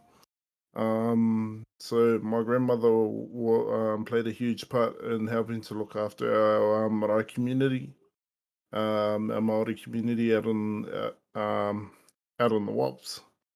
And so, my mother, she pretty much, had to do a lot of work out on the marae to help our people. And I was just that little kid in nappies running around. And I was my grandmother, what I like to call my grandmother's power. Right? So, or her abalone that pretty much just stuck to her leg. Yeah, and I guess in a traditional concept, we have our chosen few that are meant to be potential leaders, or potential future leaders. So we had one or two of my cousins that were there, getting that sort of treatment, but at the same time getting that type of learning.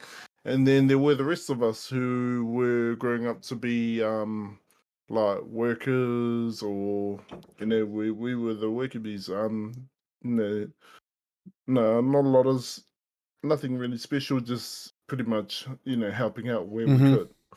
Yeah. So I guess I was one of those ones. I never looked at myself as having some sort of special destiny. I just thought, man, yeah, cool. I get to hang out with my cousins. We'll go play ball rush. We'll go play tag. We'll go play spotlight. That was a familiar lifestyle for me growing up. But then, we moved into the township, close by, and pretty much brought up in a low socioeconomic community. Didn't have a lot. We lived in state housing. Went to the school with all the hood kids, but that taught us a lot of life experiences as well, you know. So we were the ones that borrowed bread, butter, milk, sugar from the next door neighbors, or they borrow from us. Like we had quite a tight community that really connected due to hardship. Mm-hmm. Yeah, so a lot of us that were raised in that community, Aces knows Cook Street, Auntie Boogs knows Cook Street. Yeah, growing up in the hood, we like there was struggle there, but we did enough to get by, and if we didn't, we had our support systems in place there to make sure that we could. So, yeah, I guess growing up in primary school, I was the black kid that the black kids would call black. So it's more like the double black kid. Yeah. Um. That's Yeah. good if Like. you're talking about Smirnoffs, not really kids. Yeah. Exactly. But, it's quite funny, yeah, when you experience racism from your own culture. I was like, yeah, I was thinking, like, the white kids were cool. I used to hang out with them, and there's like all the Māori kids. No, they were absolute hooers, and I didn't want to hang out with them. You're not Realizing these that, eggs, eh? yeah, but I was one of them. So it was like I was conflicted between a rock and a hard place. It's just, that was one of those things that happened, and You know what a happens lot though, of it. way. You know what What's up? happens? Those kids that are calling you, the black kid black, turn up Yeah, at like one of your family functions as your cousin. yeah, pretty much. Yeah, so the worst part about it was like, I was always envious of like what like a lot of like my Pakeha friends, okay, and my non-Māori friends. Why? Because they had money, they had all the good stuff. Yeah, it was more like the video games because I was always infatuated about video games. So I was like wanting to go over their place to go and jam the games, Yeah. but no, I'm hanging out in the hood. Um, so yeah, like I guess for me, throughout my time growing up in the hood, I was like more or less just trying to find myself in terms of where I fit in society. And then it eventually got to a point where I started not to care. Why? Because I found Mega Drive and I found PlayStation, Mm, and I was like, "Hey, man, these are my best friends right here." for real. You know? Yeah. So when I've got Mega Drive and I've got PlayStation, I don't need friends. Hey, but it's It's real funny true. because that's when I started getting friends. Like they were coming over to my house, and 9 times out of 10, it was all Ah, the good kids wanting to come and have a yeah. jam. Now they were Yeah, friends with your Mega Drive. yeah, They were exactly. friends with your Mega Drive. Yeah, That's a Uh, yeah. Genesis in the States too, by the way. And it was getting to the point where I have my parents saying tell their kids to go home. So they were over it. But yeah, so Bruh, do I they knock on your door at like 8 o'clock and you're not even up to ask if you're home? I'm they like, bruh, were I'm still asleep.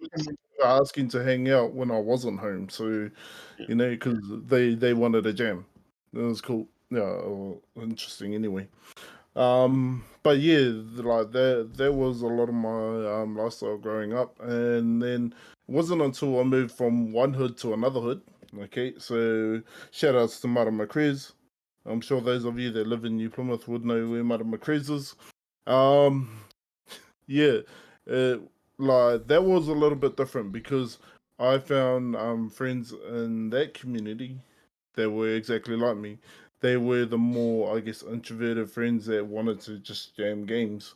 Next minute, I find out they're into anime. So, video games, Yu-Gi-Oh cards, going down to the beach, basketball, or trying to be hot sauce from M1. Yeah, was like Woo! our thing. How'd that hot work Yeah, out? sauce.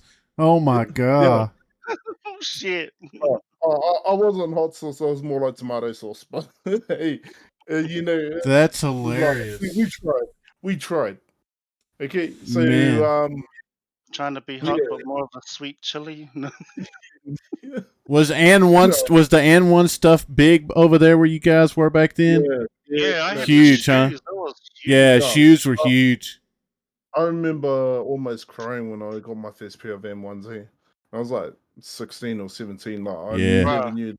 Yeah, I had my N1s all the way up to 2018, and then yeah, someone left them outside and they got doorstepped. Fuck. That was yeah, Yeah. very haunting. yeah. Yeah. Escalade. I Um, remember Escalade. I see that prize. Escalade was, yeah, dude, that was a big ass dude dunking that ball. You imagine being under the rim and getting knocked down by that dude? Holy shit. So yeah, no, that was us. We used to go up to the school where like the hoops were like 3 foot tall, and then we were dunking them thinking that we were pros. Yeah. We all had those ones. No, like that. Weren't they like a bit taller? It's just some mofos were hanging off it. They hung down. It's Yeah, just bent in a the funny permanent part about position. it, yeah, the funny part about it, I remember was that we had this old school video camera, like video recorder that we used to use of us like dunking hoops, and then we'll go back home and have this old school computer that we'd use to create montages. So, like, I think that then was probably my first experience in terms of content creation. You know, so yeah, trying to put all these small clips together and using like Windows Media Player to create a music Oh video. Yeah. God, I Frame by remember that thing. That was so clunky. yeah, exactly. But the cool thing about it was that we made it work, you know.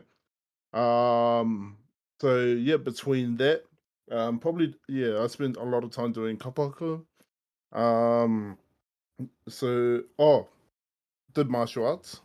Very first martial arts that I got into taekwondo. Nice. So I did that. Yeah, I did that back in primary. Hopefully, your But instructor wasn't the husband or wife of your cousin and was just a total dick midget. no, Uh, oh, well, I not got a this. cousin. I got a cousin. He thinks he should be a teacher, but yeah, Hmm. he not. So I actually got in there through my cousin. So he was one of the students. So he was a red belt black tip, and yeah, I was just starting off as a white belt, and he's like, yeah. So I guess my experience with my cousin was really good. The instructor was pretty good as well, Yeah. but yeah, that stint was quite short. But I think more my martial art experience is in Aikido. Oh yeah. Aikido and um and Brazilian Jiu Jitsu. So so BJJ is a big thing for a few people here in Taranaki. Yeah. Uh Oh, you yeah. got that in Taranaki? Far. We only Taekwondo up north. But like I didn't get into it as much as my father. Like so he started off in Aikido and then got into BJJ.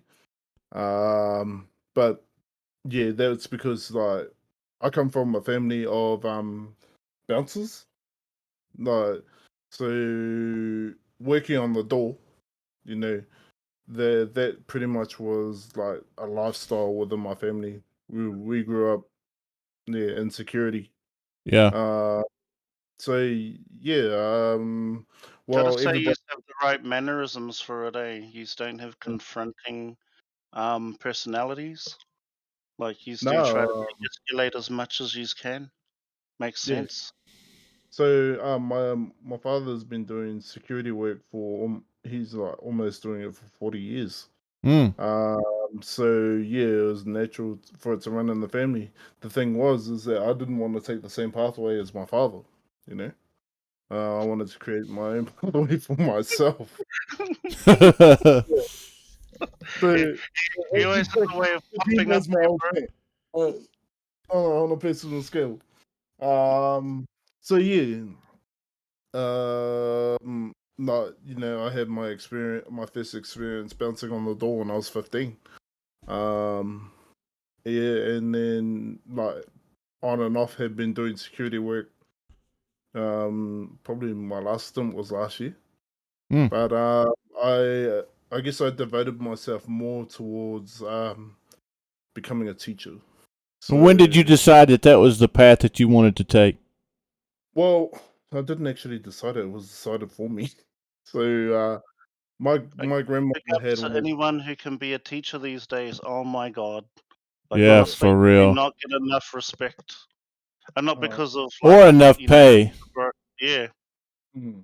Because even myself, I don't see myself being able to do that, eh? I'll lose my patience pretty quick, probably. You know, Probably. like there's a few. I don't know what it's like for you guys over there, but there's a few jobs over here that I'm just like, man, how can these guys be in this job and get paid as little as they do?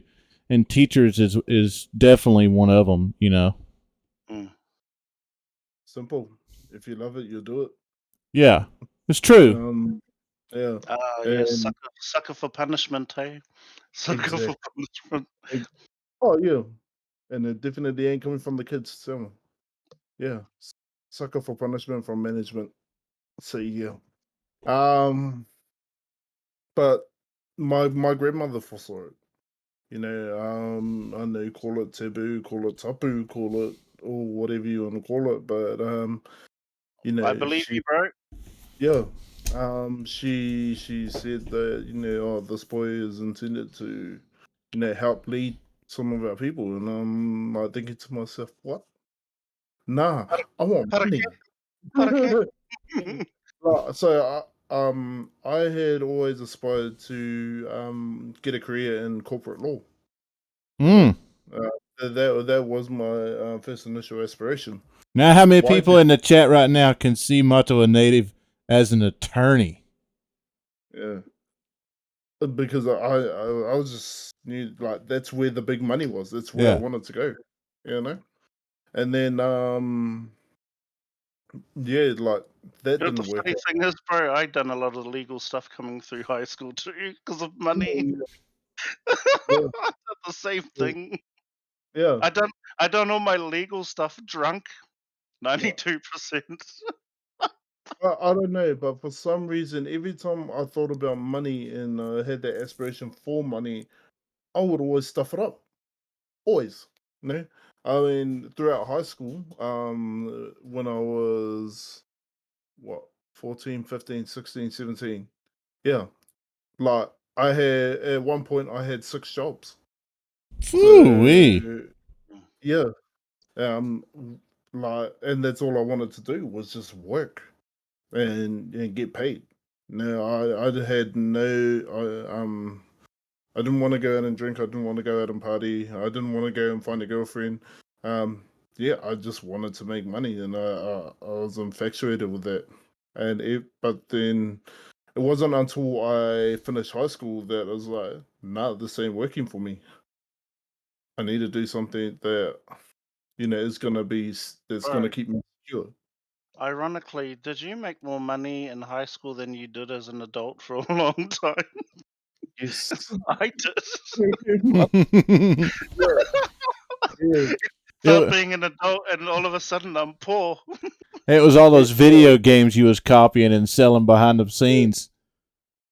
Yeah, for Yeah. real, I ain't lying. I even did it right up to like the mid 2000s, like modding and everything. Just like modding and everything. I made more money being a shit than I was like oh, at that time though. I'll say at that time. Yeah. Mm. Oh, not No, yeah. selling the cookies. My hustle game was on point, but it was because I had a really good mentor, or I had a really good father figure at the time. So he owned a restaurant in town, and he gave me a job originally as a kitchen hand. So I made it my personal aspiration to be the best kitchen hand that ever worked at that Mm. place. Next minute, I'm getting a job as doing second shift barback. Then I got to work on the door and be a DJ and also do cleaning in the same place. So different Oh, job. yo. Yeah, yeah, Sounds like the uh, St. George and Old Pepper. A few of us done the same thing. Wow. So yeah. you was a DJ? For a little bit. Yeah. I did it for Yeah, 12 years. Gotta make the distinction here, bro. There's DJ and then there's turntablists. Yeah. Yeah, Yeah, gotta make the I distinction. was on a Yeah. turntable, so what we had was twin CD player, mixer, power amp, and two 1200 watt speakers, and we made do with it. Yeah. We were able to get functions, I was happy with my Do you remember the CD brand of players? Um, Was it Pioneer? nah, Transonic. Oh, gotcha. Okay. Yeah, so Transonic did that? Oh, sorry, shit. yeah, Transonic. they were cheap, but they were still quality. I just didn't know they actually put out anything that could do that. Damn. Yeah, The garage party setup, eh? Yes, man. The garage party setup, but I was able to play that garage party setup in the club, so it was like, qualified. Yeah, I started in 1999, Wow.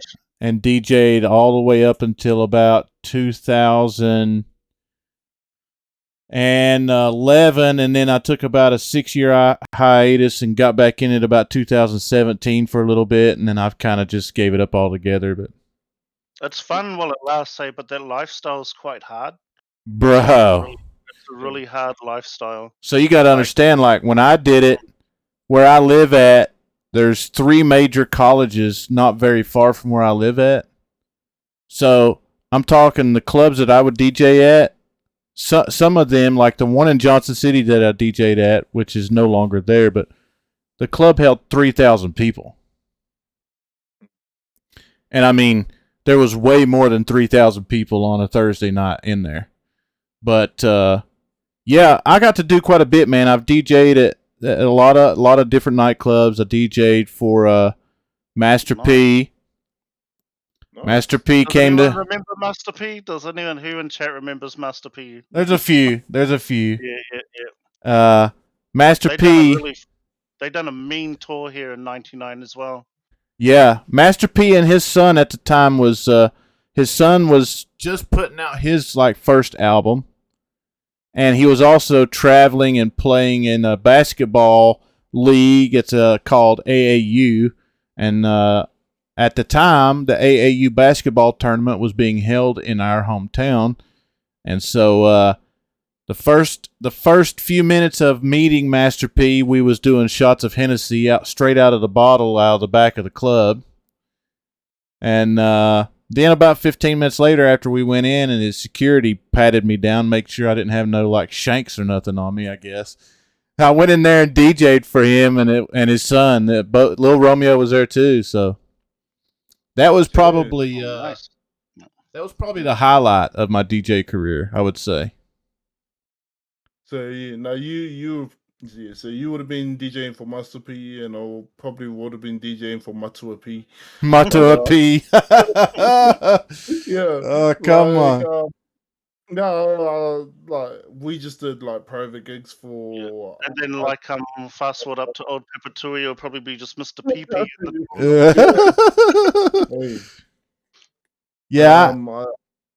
That's cool. I didn't know that about you. That's another similar thing. I don't really talk about myself that much. So I try not to. So to be able to have an opportunity like this, am I grateful? Yeah, definitely. Yeah, don't nobody get ideas of trying to relive those days, okay? Hey, so this is what's going to happen when I come to New Zealand. We're going to have a big ass party, and it'll be me and Matua Native and Ash Little Lady up there on the wheels. If you can shut up. No hot shopping, no hot 16. Same thing. I used to work in the clubs and that as well too, behind the bar mostly, and yeah, like running the place. That lifestyle though, all night from Wednesday through to Sunday, it starts getting long though. Oh man. Especially if you let your staffies gone for too long and you're leaving the city at 4 PM and you got work at 11. Look at Jam Ass Beats. He's already setting it up. Get ready for a 3-day binge. Bruh. Listen, like Honestly, if it wasn't for that Hua agent Kahu, if he was there, it would have been a 3-day. We would have been definitely no sleep. It would have been very messy. listen, So as much as we missed the bro, it was probably lucky. Our livers are probably lucky he wasn't there. I worked 5 days a week at 3 different nightclubs for about 5 years. Mm. And out of those 5 days, I drank 5 days. And then the other 2 days that we wasn't open, we was going to another nightclub that was open, and we was drinking on those 2 days too. During the daytime, during the day, they had the day ones. Yeah, I worked. That was when smoking inside the clubs were allowed too. Yeah, 100%. I used to come out smelling like nasty. I'm like, ugh. Yeah. The smoke would fuck up your clothes and. Listen, bro, I've left the bar at like 12 p.m. the next day.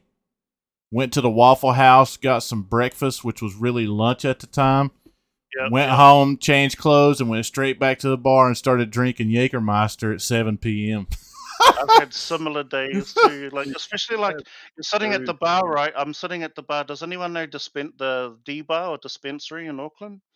Like, I'm sitting there, we're having drinks, and then my cousin pulls up on his work truck, and I'm like, "Oh, what's up?" Like, my cousin drives it. My other one was at the back. What are you up to? Just finished work. It's 12 p.m. Oh, one story I got doing that though. Like, I left this bar at about like three-ish, and I got work later on that day. I went to BK. I got a burger. Sat down. It was hot. Just sat, and then I blinked, and then the burger was cold. So I must have stared at that burger for long enough. I just blacked out, and I probably was just like sitting there like this, staring at my burger. Yeah. It's like I blinked. It was hot when I ordered it. Blinked. It was cold. I was like, yeah, old man's had a nap there. Fucking hell. I can't tell you how many nights that I would like in my brain leave the bar, get in my car, and drive home, only to wake up the next morning at my buddy's house, and I don't know where the fuck my hot car is at. I don't know where my keys is at. I don't know where my wallet's at. Bruh, that feeling, it's like 3 other people in the same room. I don't know who they are. I'm like, what in the hell is going on? That feeling of when you wake up and like the last thing you remember is I'm out, I'm at the party at the club, blink, wake up, and you're like that initial feeling of what the fuck. Oh yeah. I got one leg in my pants, one leg out of my pants. I'm like, bruh. We can relate. I think Tradoc was there when I barely made it to our tent. I was half in, half out, one shoe on, one off. And I was the better one of the play-ups that night. The other one woke up in the hangi pit. In the hangi pit. And another one woke up half over the fence and not over the fence. So you was a DJ, you was a bouncer. I'm just looking at the chat. I got added by Jim. Oh, yeah. So one thing I used to get into as a teenager as well is that I used to enjoy freestyle, freestyle rapping and battling. Yeah, I was cracking on like that because I was taking the piss out of one of my students as well. He's like currently he gets into the freestyle stuff, and we just continually roast him. No, I called him. Yeah, he's Tupac's cousin, 2-piece quarter pack. So, we take the piss, but yeah, I guess for James' sake, now I'll quickly bust out some bars. So like, I'd like to introduce you to James as being the most gangsters who are on the street. You can find them on OnlyFans under the name Pride Lands. So I'm big man, James. I'm to you, my G. Oh my lord! Somebody clip that. Bro, that's not where I thought you were going to take it, eh? I thought you'd say something like, find you an OnlyFans showing his feet. Oh, man. That is great. Yeah. Now all you need to do is go make an OnlyFans, call yourself Pride Lands. Someone clipped it. Yeah. Oh, let's go. Thank you, Chio. It's good to see you in here, too. So tell me Let's talk a little bit, kind of go back to the youth in New Zealand. As I know that we've had numerous conversations off stream, and I've had numerous conversations during these podcasts about the youth, the struggles of the youth, the different paths that the youth can take.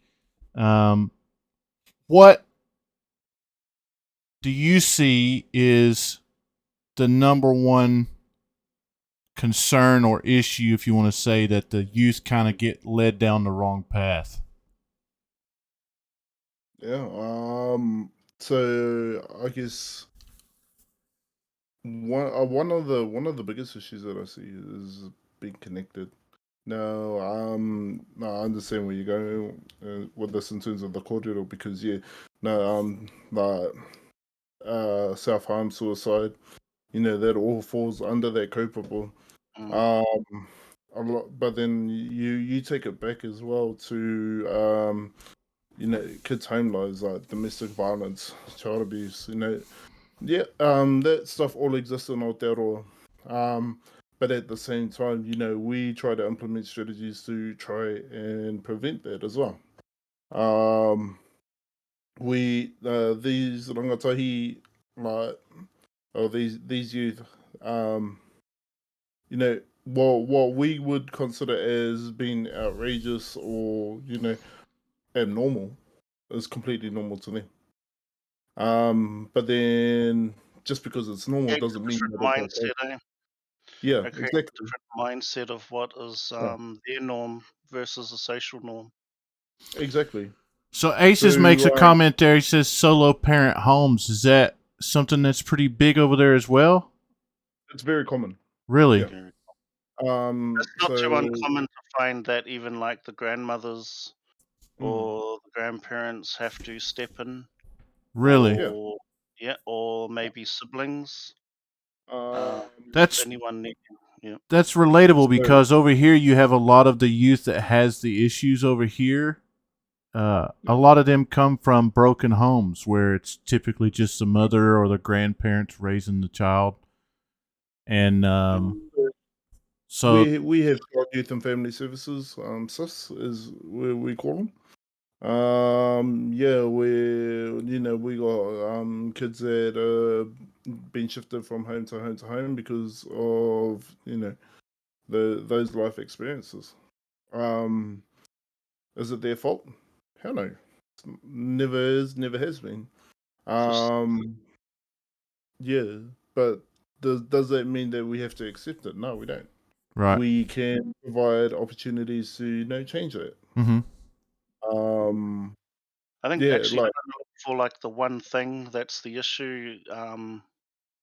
mm, I don't think there's like a one thing because even though there's a common denominator of broken family structure, I do know of people who have both parents but still fall in that category, or because of the mindset of the parents themselves. Yeah. Yeah, so it's not uncommon to see some parents who would blow money or their money on what I would call habits. Mm-hmm. yeah, And that could be anything. That could be alcohol, drugs, gambling, mm, whatever it may be. But there are families that have, the structure there, but they just don't know any better with their lifestyle. yeah, Um, yeah, so they like there's for everything that we mention is an issue. There's probably the other side where the opposite is true as well. Right. I mm, think it comes more down to the people's mindsets in general. So I think the bro dropped the term normal. yeah, Um, so I would probably just like reword that and say what societal norms is what yeah, society would expect of you. But then, that's like, yeah, yeah. But then mm, we also have like, so when it comes to a cultural thing, there's like I'll call the Western world, which is the sort of societal norms, and then we live in two worlds too, which are our cultural norms. So somewhere along the line, these have collided, and instead of taking the best of both worlds, what's happened is they've taken the worst from both. and you end up with a situation with it. And then, like I mentioned, the urban drift. That has so like you're moving away from where you're from. You've lost your culture. You're trying to adapt the Western culture, but it doesn't quite fit. And it's not anyone's real fault. It's just like they're not too sure. So one of the things I like to do with my kids is like, so here's a good thing: the dinner table conversations that you have around your kids with them there. Try to not so much talk about, oh, this one person done this to me, or talking about people, because when it starts to be about people, they tend to close in. We tend to have conversations about ideas, or Mm-hmm. like how was your day, sort of thing. How do you feel about that? What do you think? And then you'll find that having conversations where it's not people focused, more idea focused, you can start opening up people's minds. Is what I felt like. You can, but again, it's not the silver bullet to beat it all, because like there's always something that will come outside. Like yeah, actually no, yeah, that might be a bit of an overshare in this one. Like because we've looked after a lot of whānau and kids and that, like we've dealt with a lot. But yeah, I'll just You're chuck it back. you're right there in terms of like there's so many variables that have an impact on a youth's life. That in terms of their influence, their social influence, and how they're feeling.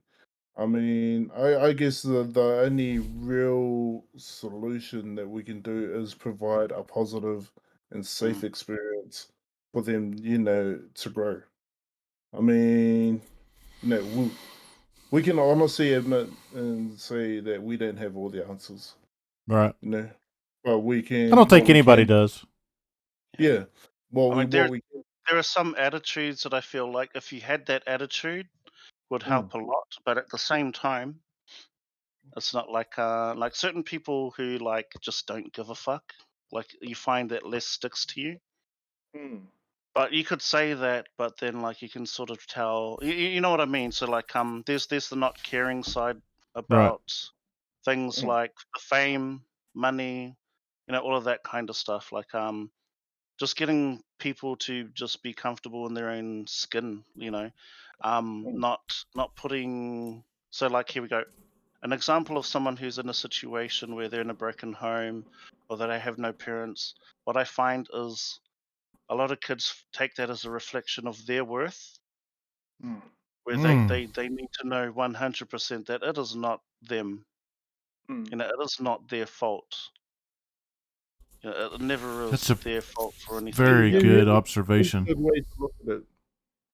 Try and resolve every use issue as an individual. Mm, It's unquantifiable, right? yeah, But then you're still gonna try it anyway.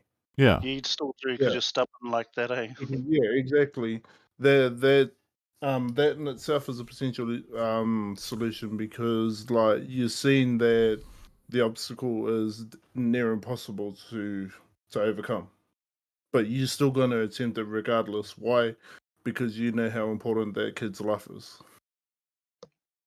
Yeah. Because What I you do don't want to agree get it. with though, yeah, having the conversations is a must.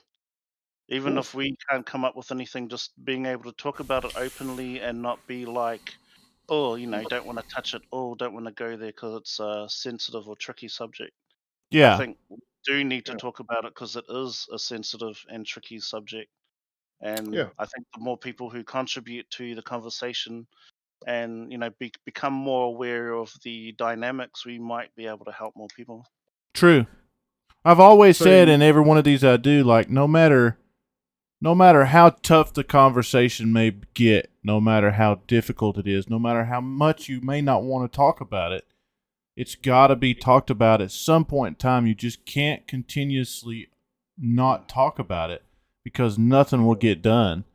And the one thing that all these conversations for me that stuck out was, suicide here in the States is a very very common thing that's talked about, but it's mostly commonly talked about amongst people who are older, in their 30s and their 40s and their 50s. And when you talk about New Zealand, it's a much younger demographic of people that is committing suicide at a much higher rate. I mean, a much higher rate. It is the highest suicide rate in the world. And when you break that down, then you really see that is predominantly in young adult males. Yeah. The And saddest thing about it is too is like, you when it happens to you and your family, you do start beating yourself up. Like, why didn't I see it? Why didn't I? But the thing is, 9 times out of 10, they won't reach out to family, even if there's family there that's like, hit me up anytime. yeah, So, like a lot of people say it, and you think, oh, just that. But like, if you can, like, and this is me, I will give up. I'll give up hours trying to talk to someone. I don't care. Like, I'd rather give up 6 hours, like, trying to talk to someone than like sit, at their tangi. That's it.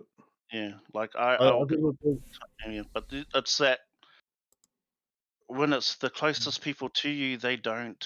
They don't come to, like, they won't go to their parents, aunties, uncles, cousins. So being that, even outside, and I'm just going to put this out on your channel. If anyone feels like they just need to talk about stuff, heavy stuff, I don't care. Don't think about, is it my place to dump something? Just, yeah, I will spend those hours just yarning same, about if it's heavy. same. Don't ever think you can't. Me and Aces and a lot of the other brothers from New Zealand, we're in this chat group on Facebook. There's a lot of us that's in there. And I won't throw any names out because it's definitely not my place to do that. And those are conversations that can be had off stream. But there's a particular brother that is in that group that is, he's going through what I know of as a very, very extremely difficult time. And the other night we was in there having a pretty real conversation with the guy, and he's he's not young like what we're talking about here in this conversation, but the same conversations need to be had with older, younger, I don't care what the age is. Because a life is a life. It doesn't matter what the age is. One is no less important or no more important than the other one, in my opinion. Because if you take away the older, the younger can't learn.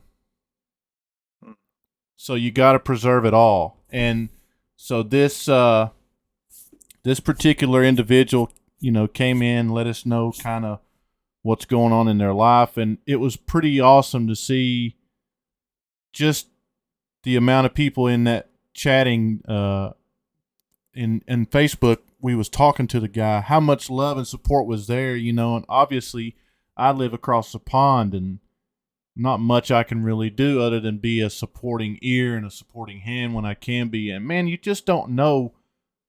There's so many times where I've had nobody in my corner that God damn, I wish I really had somebody in my corner, man, but I was too prideful to say, man, I need somebody in my corner. You know what I mean? We all have that pride that gets in the way. Yeah, especially us as men. We really have that problem because we don't want to come across as weak to another man and say, man, I need you. You know what I'm saying? I'm weak as shit right now, and without somebody in my corner, I ain't going to make it. It's a very hard thing for us to do. It goes back to that famous saying, for good men to do nothing, that's evil enough. But doing something as simple as just being able to sit there and listen, that's more than what most people could possibly ask for. Yep. And like there's power and there's mana and just being able to sit there and listen to how somebody is feeling. So much so that it has the impact to be able to change someone's life for the better. And I guess for a lot of us that are in positions where we're either experiencing tough times or we know people that are experiencing tough times, we don't realize like how much power and influence we actually have on the situation just from either doing something simple like talking or listening. Yeah. And often, like, just saying something out loud helps as well. So, like, when you keep it bottled in and internalize it, like just getting it out there, then I find, like, 80% of the time, if someone comes to me and they say their problem out loud, they've already come to an answer. Mm. Like, I've talked to a lot of people who, like, just by saying it out loud, realize what they should do, even if it's not something that they want to do. Even just being able just to say it out loud. I think the advantage we have of being in this space, like, is even though we're talking to each other like this now, there's still a level of anonymity there. Mm-hmm. So, like, for someone to open up online like this, like, it still helps. Yeah. But I think there's still that layer of safety there. Yeah, like I like even just pouring out, because I do find that you notice in the space you have gamer friends and you open up to them more than anyone else in IRL usually. Bro. 'Cause something's really fucked up, and you jump on and they're like, "Oh, how are you?" And it's like, "Bro, it's fucked." And then, like, they will press you to the point where, like, yeah, you actually do end up spilling, and just like by the end of it, come out feeling maybe a little bit better. Not always better, but always better. So I find that in this setting, help can and will help a lot of people. So I can honestly say that between Exie and I, like we've had a lot of deep and meaningful conversations in terms of, especially in situations like those, say, where like we tend to feed off each other's perspective to say, actually, no, you're right. And it helps us think, like, change our mindset and think a little bit different, especially of a particular situation that might be having a heavy impact on us. And like it's funny that because like I said, and knowing the brother for what, a year and a bit, whereas I can honestly say that I have a better relationship with him than I do with a lot of my own family members. Truth. Now, yeah, yeah. So, and that's the level of respect and trust that I have for the bro, because I know that he won't abuse it. 100%. Now, yeah, the same can be said for a lot of other people. I mean, you know, having the ability to be able to talk and then know that the person on the other side is able to understand you, it makes a huge difference. Because 100%. there are going to be those people that are going to be very critical of what your thoughts are and say, oh, I understand that you're going through a hard time, but man, so am I. Yeah. I've got my deal with, I can't deal with yours right now. Like, that's a typical conversation that happens with a lot of males at this time. But, when you find those certain individuals like that don't, Bro, and you know what you you don't, just reminded me of?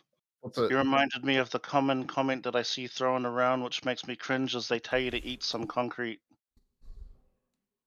Yep. I see that, I'm like, ugh. But anyway, carry on, the bro. You just reminded Yeah, me. Don't do it, guys. yeah. And sometimes it can be really hard to to distinguish. Excuse my English. Because there are those people that may need to relook at their situation and say, "Oh, actually, it's not as bad as what I think it is." And then there are those ones that say, "Actually, this is bad. The situation is real bad. I need help. I can't do this on my own." Yeah. You know. That's where we was So at in the chat the other night with this individual. Is you could tell like they were pretty adamant that they were at a very, very dark place. They were at a it's almost like they were at a crossroads in their life, where one road was we're gonna go down this road and progress, and this road is a dead end. that's going to end very abruptly. Yeah. This is probably easier said than done, but people try to know your triggers. Yeah. You know, try to know what sets you off to a point where you feel like it's just getting too overwhelming.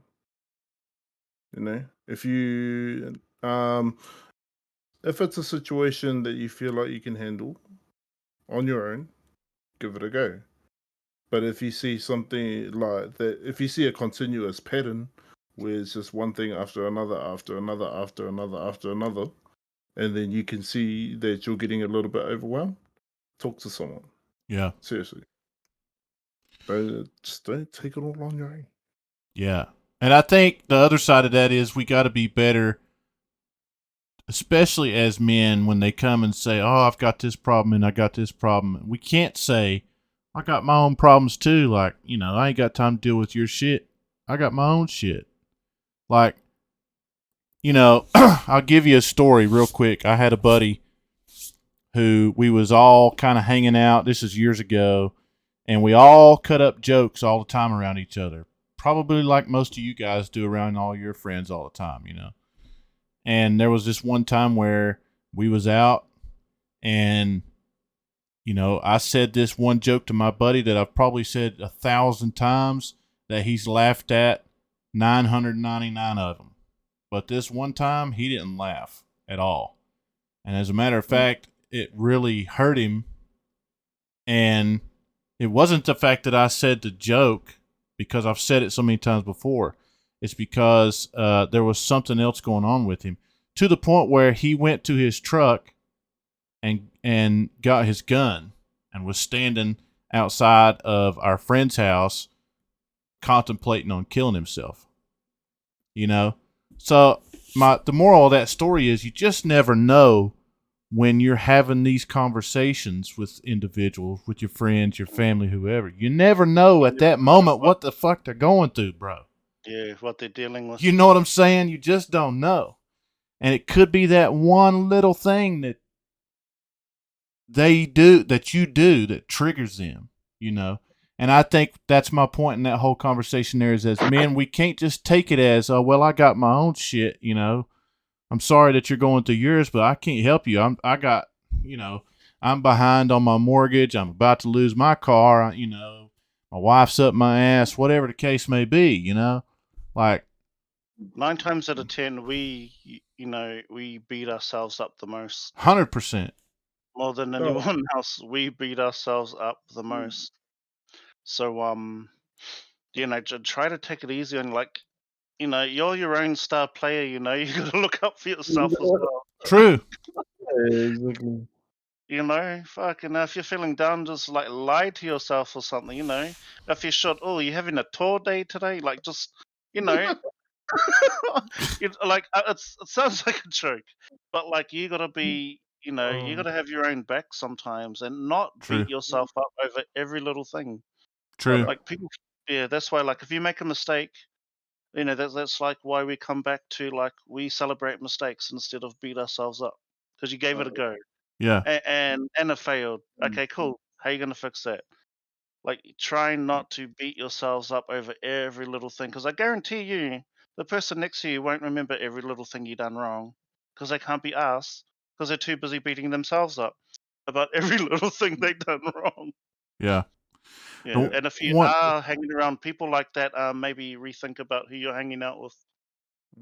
The one thing that really is relatable right there is that when Matua Native said that in this platform, being able to make friendships and relationships and stuff, and those carry further than some of the own relationships with your own family, man, it's like that can't be anything more than the truest statement that I've had in my just over a year on this channel. Is my father passed away in 2019. And I was in probably the darkest place in my entire life that I've been alive for 40 years. At that time, I was 39. And I'll tell you, man, I'm grateful for this platform, but I'm more grateful to the people that I've met on this platform and had the privilege of meeting and creating friendships and relationships with, like Aces and Native Sons, because they have helped me a lot. So many people not knowing it at times, just being in their streams like Jam Ass Beats, man. I'll give you a prime example. One of the first streams I ever went into Jam Ass Beats was he was sitting there on his couch. He was playing some game. I can't remember. But he was talking in his chat about something. And he was talking about, I said something about, me coming over to New Zealand. And Native Son said, come over anytime. Nah, next story. Nah, come on, bro. We're going to tell this one. Because this is real. It stuck with me. I mean, I remember it word for word. We was talking about me coming overseas and coming and visiting and meeting everybody. A lot of people, right? And he made the comment, and at the time I had zero idea that the dude actually meant what he was meaning, but he said, let me tell you, he said, the first time you come into a Maori household, from that point on, you'll pretty much be family. Like you're only a guest. How he put it is, he said, you're only a guest in a Maori household one time. Once, yep. You know what I'm saying? Listen, that shit stuck with me like glue, my bros. I'm telling you, like, it has stuck with me like crazy. So many little moments like that I've had in this year on Twitch and in these streams here, like, when I had Native Sons on and we was talking about his daughter and his kids getting their mokos, and at that moment you could see how emotional and how deep that was for Native Sons. And because they started crying, and I can only imagine, I put myself in that position knowing very little that I know about all that stuff, but I can only imagine how emotional and proud he was as a father in the moment that they actually came and told him that they was going to do that. And so, if it wasn't for these conversations, if it wasn't for a lot of the people that I've met on this platform, man, I can't honestly say that I would be here. I can't honestly say that I would be in the position that I am physically and mentally in. Because, bros, I'm telling you, when my father died in 2019, for the following year and a half, I was fucked up, bro. I mean, I didn't want to leave the bed. You know what I'm saying? And I know that there is millions of other people out there who go through that, who experience the same things. But the comment about people on here being more like your family, more so than your own family, I mean, I know for a fact that I've got some true friends right here that are true brothers and sisters that I've met along the last year of my journey, that I can't say that about my own flesh and blood. You know what I'm saying? That I've known my entire life. And that's a shitty thing to say, but I'm eternally grateful for people like Asus and Native Sons and you guys too, and the conversations that we've had. And yeah, Yo. For reals. So I just want to come back. One more thing about Native Sons and Aces and Anti-Bugs and all of their whānau as well. Like they're thanking us. I'm thanking them. They got a good wairoa about their whānau, and it shows. And, Yeah. like they help where they can. 100%. Yeah. So a big ngā mihi to you and your whānau, Aces, Native Sons, Anti-Bugs, Ash Lil Hua. Even like Kakahua from Ngati Gaming. Like when you go into their streams, man, if by the time if you go in there and you've been in there for the first time, if you leave that stream and honestly tell yourself that them two ain't madly in love with each other, you're a fucking idiot. The energy that those two have is like, it's like none other I've ever seen, man. It's so real. You can feel the love and the genuineness between those two, The other thing I got to say about that's 100% true. You're a guest once, and there's varying degrees. So for me, after you've been a guest once, if you knock on the door and I have to come and fucking open it, I'm going to be mad. Just come and because that's what it's like. And I was just like, why do I have to open the door for you? You fucking get in.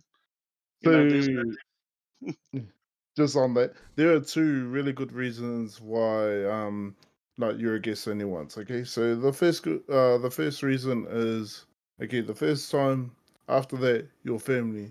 The second time, okay, is that honestly 99% of us Māori are too damn lazy to make you a second cup of tea. The Yeah. first time He said that too, though. He said that too. when we do the first one, it's to show you exactly where the jug is, yeah, where the sugar is, everything is. where the beverage is, where the milk is. By that time, you know exactly where everything is. If you have to watch it a second, you're not learning. I'm It too gets- lazy to come to the door. Hey, I he just said that shit too, and that night in his stream, he's right after he said that, he said, "Just know that the second time you come back, that you're gonna be making your own drinks, you're gonna be washing your own dishes, all that Yeah, shit." like, straight up, I don't even make my own family's cup of tea. They make their own damn cup of tea. Like, like I said, after the first time your family, make your own damn cup of tea. If you can't do that for yourself, that's your problem. That Yeah. comes from the marae, though, eh? Yeah, exactly. Your manihiri wants next thing you hear, they're back drying dishes with a wet tea towel. So to Oh, we make finish that. up on this topic about the youth, and then Yep. then we can move on. But I've asked this of Prides. I asked it of Native Sons. Of course, Native Sons. He was, real big in the youth and helping the growth of that. But I've asked everybody that's came on the show, what do you think us here in America? What can we do to help that process be better? What can we do, if anything? What can we do to help the youth be in a better position over there? I think so if I can comment on this, like because we're in a situation where we, like I said, we haven't got all the answers ourselves. Everything that we do, we take it on case by case, right? But for us to be able to tell, Americans as to how they would live their lives, would be no different to colonization and how it's had an impact on us here in Aotearoa. Mm-hmm. We can't really dictate to others in terms of telling them how to live their lives and provide them with all the answers to all their problems. I guess at the end of the day, you have we believe that you have the ability and the capacity to know the difference between right and wrong.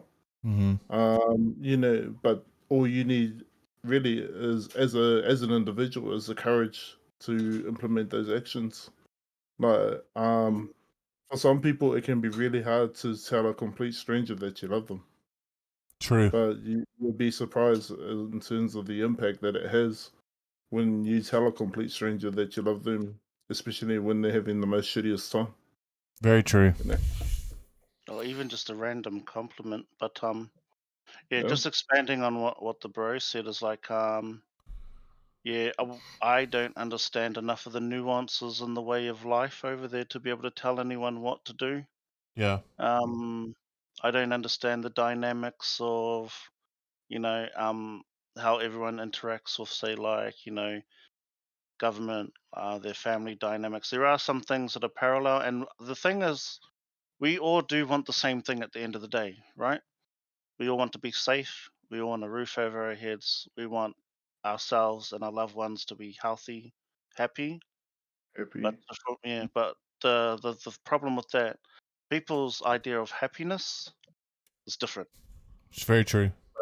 Because I can't tell someone over there how to be happy, because like I got a mate that lives in Indiana, and his idea of happy is just being out, bush. Like that's his lifestyle that makes him happy. If I tell him all this advice on how to be like a tech nerd, he'll be like, the fuck does that mean to me? you know True. Yeah, so the thing that we really need to get to is like, and I think this is more for everyone, is just get the idea of what you think your happiness looks like, the idea of what your success looks like, and then from there just have a look as okay, so what can I do to get there? I think if anything, be decisive. You How's that? know, I don't know. No, sorry. Like seriously, trying not to be in a state of insecurity was like, oh, fuck, what do I do? Like, honestly, you see anxiety levels just go through the roof. But It's- like, if you got a honestly, goal, yeah, bro. Yeah. right? Yeah. When your idea of happy doesn't meet the status quo, I think that's when you start running into issues. Because like Mm. when you think of like education, get a good job and get money and stuff, some people don't give a shit about money. Nah. I'll Yeah. tell you, like some of the happiest moments of my life was when I was broke as shit. Yep. Yeah. Growing up in the far north, we had the least amount of money. I had the least amount of problems. Yep. You know, like when I worked in the bars, I was spending all my money on dumb shit. You know, I was making good money, but I was spending it all on dumb shit. But you know what?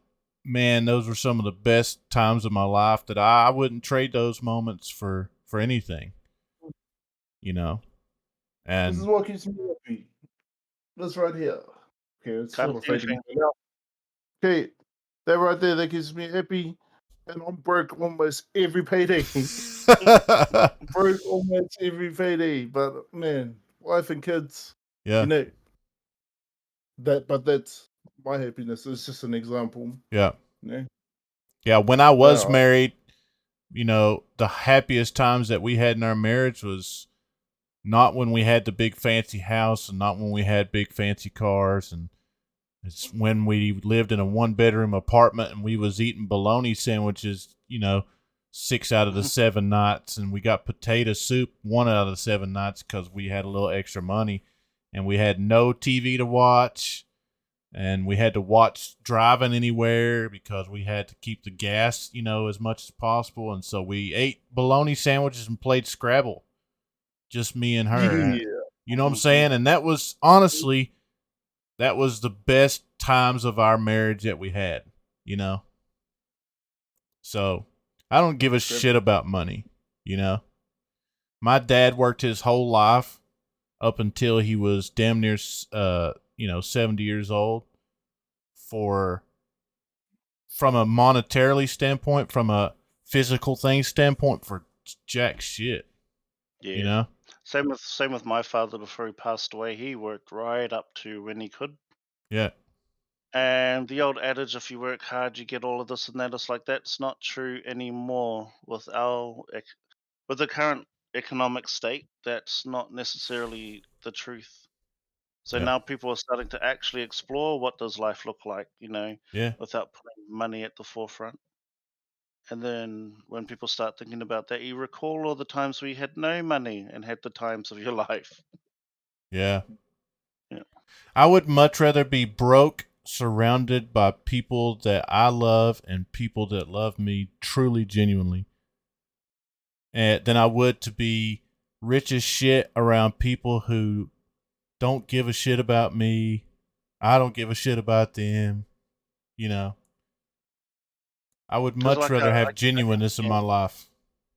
I can tell you from experience, I've been in the position where, like, I'm making that stupid amount of money, but was I happy? Yeah, same Like, here.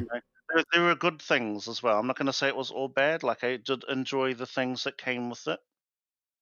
But, and on the inside, I'm like, ugh, like you get that feeling like, ugh, I got to repeat this again, and then it just becomes a monotonous thing. And then, like, when I just went and decided, nah, fuck that, came home, I'm making the least money I've had in a long time, but I'm cool. Yep. I'm cool with it. Everyone that I like, we're not balling or anything, but we're okay, and we're building towards things. Like when I stopped putting money at the front of everything and being career driven and all of that stuff, I've been much happier. Yep.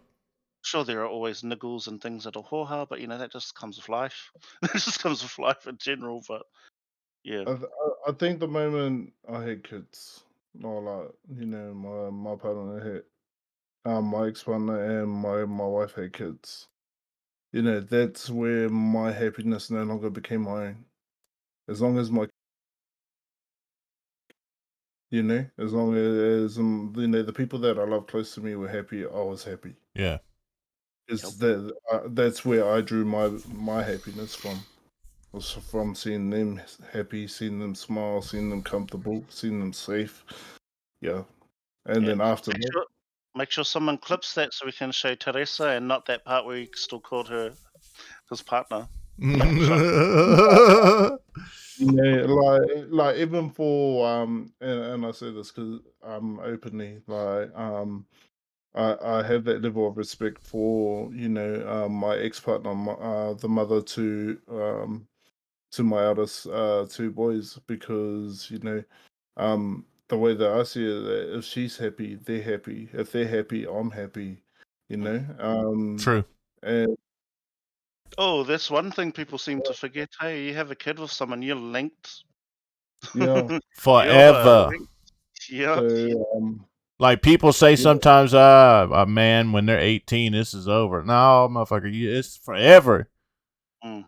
That's the one exactly. part of like life that like you can have all of those vows in that marriage where it says forever and ever and ever and ever. No, if you got kids, it's forever, bro. It's hard, like seeing someone that you love once upon a time be happy with somebody else, but Yeah, then you know, for the sake of that link and that connection, you can't help but wish happiness. You 100%. know, Mm. as you move on, because yeah, well, I think that was not for me personally in my experience. There was one way that I found true happiness for myself was to be able to forget the past, let it be what it is, and move on for the sake of my kids. Now, it took a long time to get to that stage too. And I know, well, in a lot of situations, it's hard, especially for people in this day and age, to be able to give what's happened, Yeah. because the past can be quite painful. Mm. Having that empathy there to be able to, you know, boost your own happiness, be accepted, and move forward. Yeah, it is a mission, but at the same time, it can be done. It's just taking that first step. Yeah. Very true. Let me ask you this. Yeah. Who is the greatest basketball player of all times? Ooh. Nah, I'm not getting into this conversation. Wars will start. Come We'll on. start a war. It's gonna have to be sweet Thai chili, hands down. Um, I thought it was hot sauce, but then like, wait, basketballer? What do street ballers count? I don't know. How many titles have they won? Man, See, it depends on how you measure it.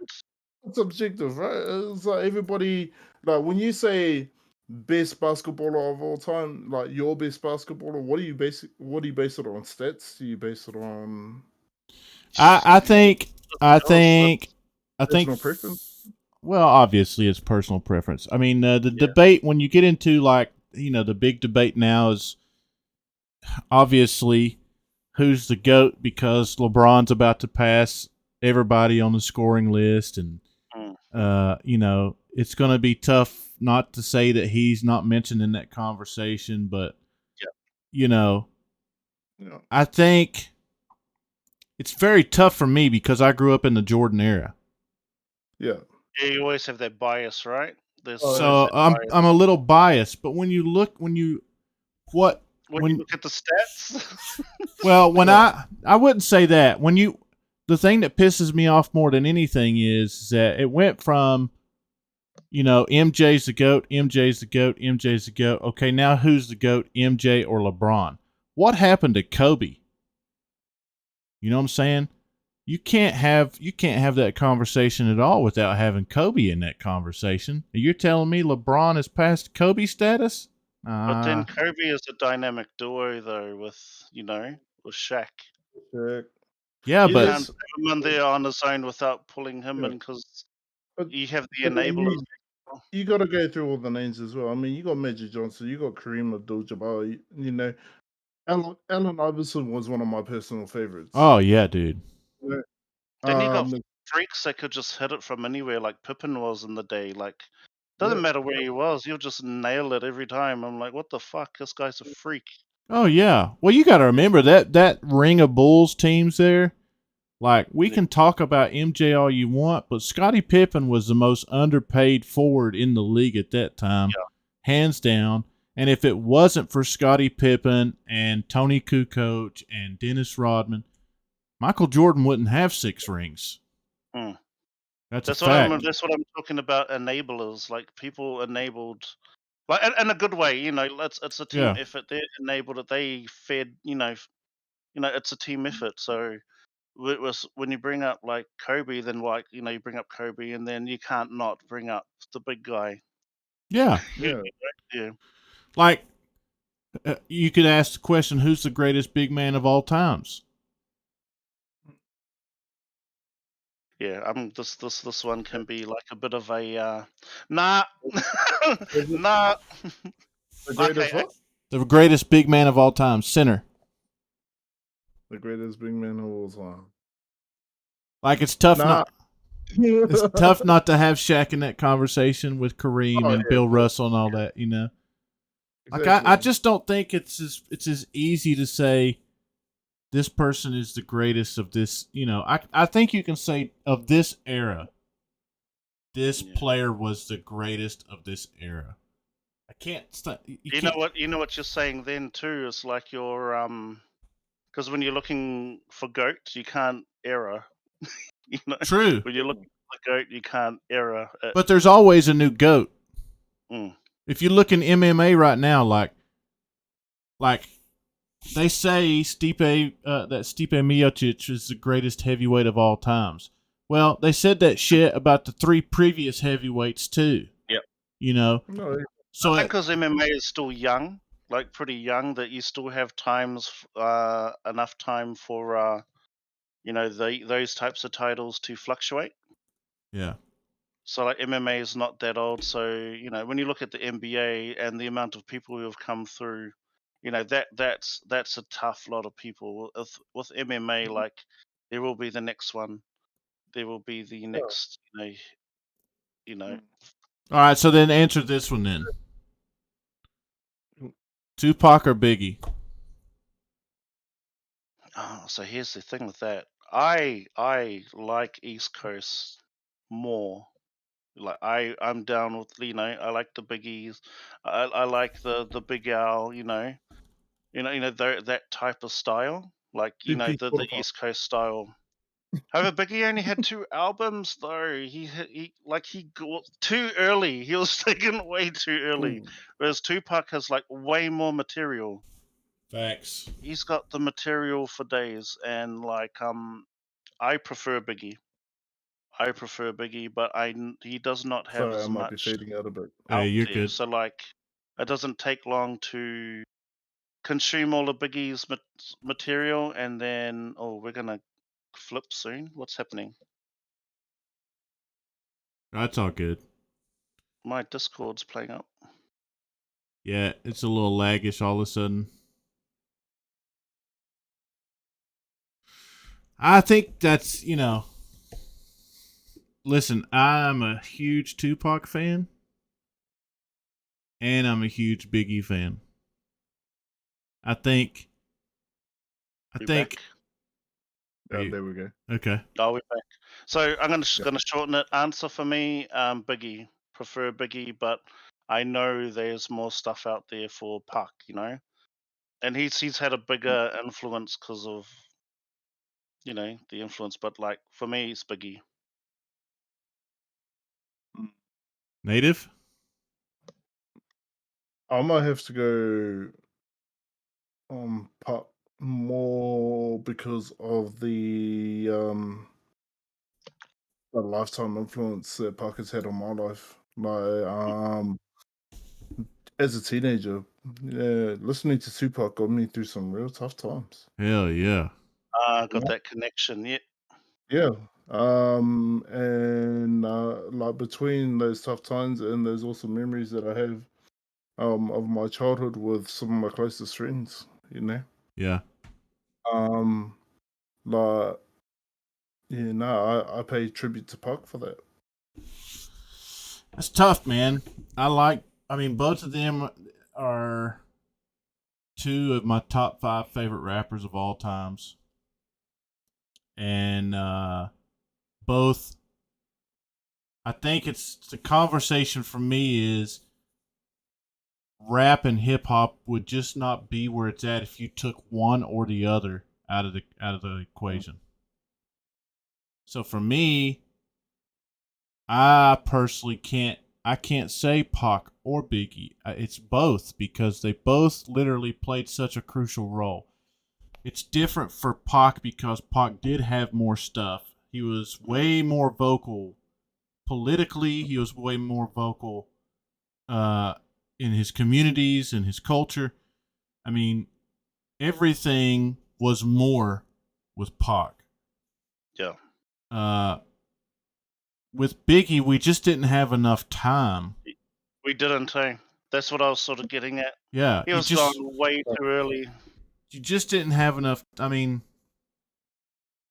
I think about had they lived and all the things that they could accomplish in their time up to now. I do.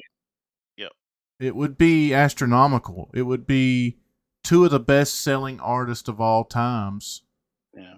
Without question. I mean, could you imagine what the the soul and R&B side would be like if Alia didn't go too early as well? Oh man. One thing I will say about Park though is like for me he could be deeply poetic, but then on the other side he sometimes abandoned that. You know what I mean? So like there was two sides to him and it was sometimes jarring. So like there'll be parts where he is like, he's dropping something that's like deep, and then the other part is just like, yeah, this guy's just angry. Yeah. Yeah, it was a bit all over the place. So like just imagine, yeah, like you were saying, just imagine what it would look like if Biggie got more time. It would be unreal. I think lyrically, that's the difference for me. Is lyrically, Biggie was kind of one lane. Yeah. Which is he was cool. Just telling stories. Yeah. He was just telling stories about his life. He was a true MC, you know what I mean? He was just going to the street, spending a day, seeing a whole bunch of shit, and then coming and telling you about it. Whereas Pac could write a movie, a novel, a poem, all about that day on the streets, and it'd be 4 or 5 different aspects and different looks about it. You know what I mean? He could make anybody, no matter what walk of life or culture you're attached to, relate to it. You know what I'm saying? That for me is, if you could make a distinct difference, that's the one distinct difference between the two, is that lyrically they're both geniuses. They were both some of the greatest of all times, but hands down, Pac wins that category because of his dynamic that he can do. Yeah, I understand all of that stuff, but I still put Biggie like you said, like he could be deeply poetic, and then he can go complete opposite spectrum and everywhere in between. Yeah, Biggie does not have a lot out, but for some reason it's his like. But Biggie, he's got sort of like that, like you said, it was like one lane, but he really just didn't give a shit. He dropped it and it felt effortless. Yeah. Yeah, it just felt effortless. Hey, but look at Pac before he got with Death Row. Look at the difference in those albums versus the albums that he had. Especially after he got out, eh? Oh, dude. Like, that was one pissed off brother, dude. He was mad as hell. Yeah, like when All Eyes on Me dropped, I was like, oh shit. Yeah. Yeah. I mean, so are you referring to his experiences with Digital Underground? Yeah, bro. Yeah. A lot of people don't even know about that. You know what I mean? Like, that's where he first got his start, really. Yeah.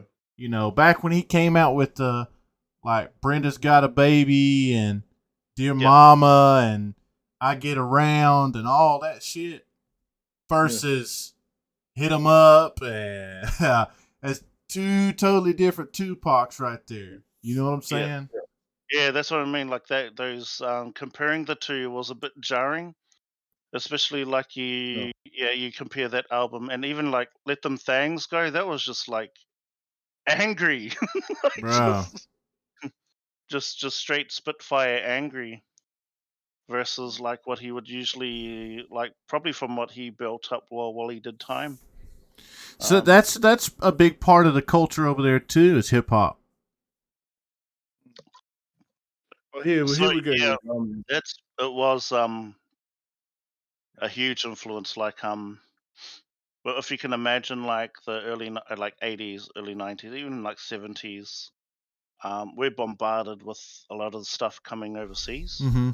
So like this is pre-internet. This is what we see, and then like you know, we and especially in like South Auckland, we took a lot of the stuff that resonated with us, and sort of created our own sort of like mimicked it to a certain degree as well. Wasn't till like the late 90s and early 2000s where it's shaped to its own. When Dawn Raid started dropping, where it sort of became its own thing. Yeah.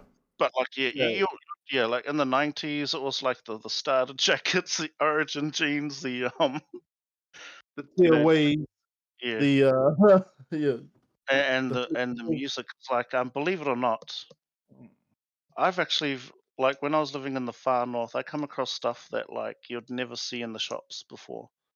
It's like things like Dayton Family. Like you go into into like a shop in Auckland, they never heard of it. They never heard of Twister and the Speed Knot Mobsters. Do or Die or anything like that. And underground. Oh god. even like something as massive as 80 Aliens wasn't really like, but 80 Aliens was more like mainstream. So like we were listening to stuff like that. Like, Super Conflict, Boya Tribe. yeah, Yeah, like here, like down in Florida in the deep south and Atlanta, Florida, yeah. like they would have stuff in the clubs 6 months before we would ever see it up here in Tennessee.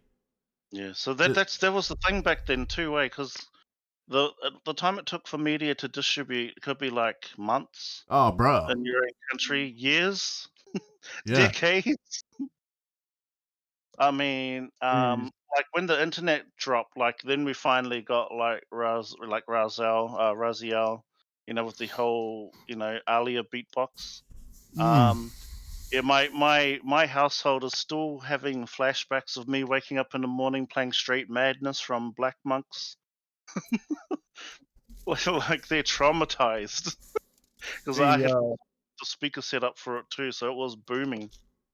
Believe it or not, just yesterday found out Razel is on Spotify.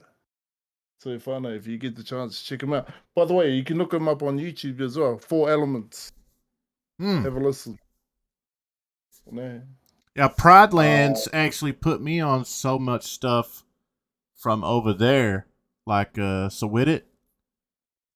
Like I'd never heard of that before. And man, I love that shit. That shit is hard as hell. LimeWire downloads. Oh man, bro. That's when I first started DJing and had to get my music.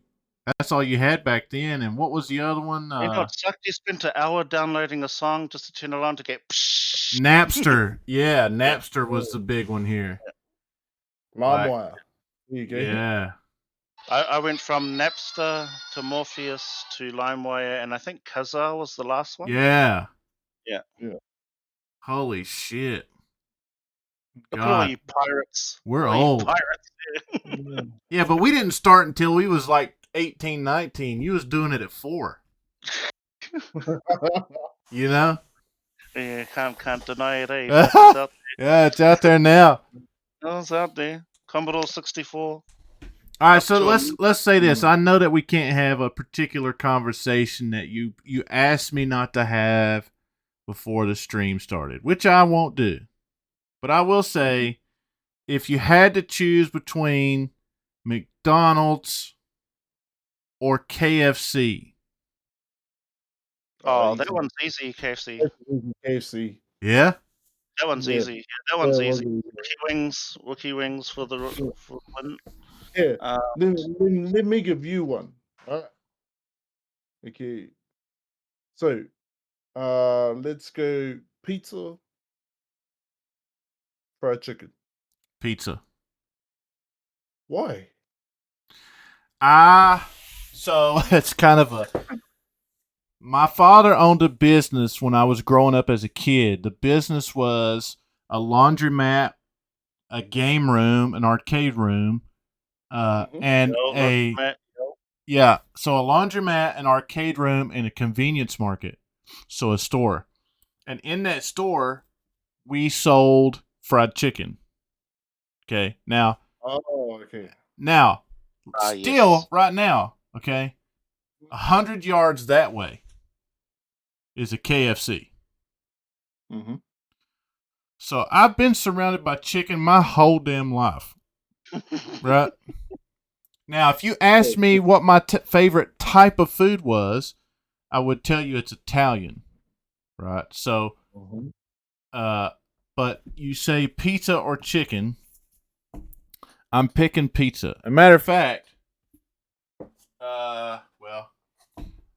that's what I had for dinner tonight before I got on. Pizza. Chicago deep dish.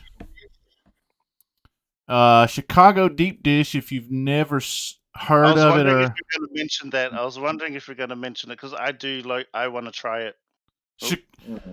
So the funny thing about Chicago is, if you go to Chicago, for the most part, and you ask who has the best pizza, most 8 out of 10 people's not going to mention deep dish at all. Their traditional pizza is just like your regular cut triangular piece pizza, and it's very, very thin, and it's very, very crispy, and it's very, very good. I prefer the thin. Yeah. So like, we have a guy over here who owns Barstool Sports. I don't know if you're familiar with him, but his name's Dave Portnoy. He's on all social medias, and anyway, he goes around all the time and he tries pizzas at these different locations and he rates them 0 to 10, 10 being the best. And he went to this place named Sally's in New Haven, Connecticut, I think is where it was at. Which is like, if you talk to anybody in the States and they tell you anything about pizza, or if you ask anybody outside the States, they're going to say New York or Chicago has the best pizza. That's the two states that most people refer to pizza. When you think of Connecticut, you think of like older, retired, sitting, multi-millionaire. But is that the cheese state or no? No, it's a different. No, that's Wisconsin. Yeah. Yeah. The cheese curds, I want to get on that. Yeah, that's Wisconsin. I would say that the best pizza that I've ever had was probably in New York. But everybody's different. Like the deep dish pizza here, you can go and get a rectangular box, and it's going to be probably, I don't know, maybe this big, probably like that, and it's going to be cut into squares, and it's going to be about that thick. Real soft, and it tastes phenomenal. But most traditional pizzas here, even the Chicago deep dish, is when can I get one? When are you sending one over? Thank you. As soon as I get a meat pie, by God, I'll send one over tomorrow. I'll accept Uber Eats International. Thank you very much. International. I have to ask. So, do you eat seafood? Me? Yeah. Absolutely. Wait, so if you were to ever come to my house, I guarantee you I'll make you do one of two things, okay? I'll either probably give you the best meal that you've ever had in your life, or probably get you spewing in the toilet for more than like 8 or 10 hours. So, have you ever tried abalone before? No, I don't think so. What is that? Have you ever heard? Have you ever heard of cream pole? No. That Put it, we gotta let's introduce. put it this way: like if cream power is on the table, you must be special. Yeah, bro. You must be special if cream Yeah, power is on the table because we fight eh, each other for that. Honest, no. Yeah. exactly. So is it Like, like a cuisine over there, like a delicatessen? Mm, yeah, mm. definitely. Certain like cream power is the common one. Um, of course, where I grew up, we did it differently. We managed to eat it raw. Yeah, oh, it's gonna give you guilt. So it's fish, I'm assuming, right? Of some It's a sorts. type of shellfish. Shellfish. Type of shellfish. So It's not it's not hugely fishy tasting, but it's quite meaty as well. huh. Oranges. So what are those things that I've seen where I've seen a video of a guy swim It's, down? if they're spiky, it's kinda. Yeah. Yeah, but I Sea think urchin. yeah, If it's sea got a urchin. Okay. Yeah. Yeah, that's a whole different kettle of fish. Like, Yeah, that listen, because when you said that, that's the first thing that came to my mind. I was like, yeah, let me tell you something, brother. That shit is never. I'm never eating that shit. It's never happening. yeah. But That's okay. I'll abalone, have yours. Easy yeah, peasy. abalone on the other hand, that hits different. Like power, Mm. yeah, cream power, Huh? yeah. Yeah, honestly, like when you asked us McDonald's, I thought you were gonna say like another burger place, maybe what Burger King. And if Nah, that was if that was the case, I would have told you Burger Fuel. nah, Mm. Burger nah. Fuel's the New Zealand only chain, and it's pretty good. Yeah, I'm not a Burger King fan. Yeah. Never have been. Their fries taste like shit. And their burgers taste like shit too. That's why I would have said Burger Fuel. Burger Fuel, like actual, yeah.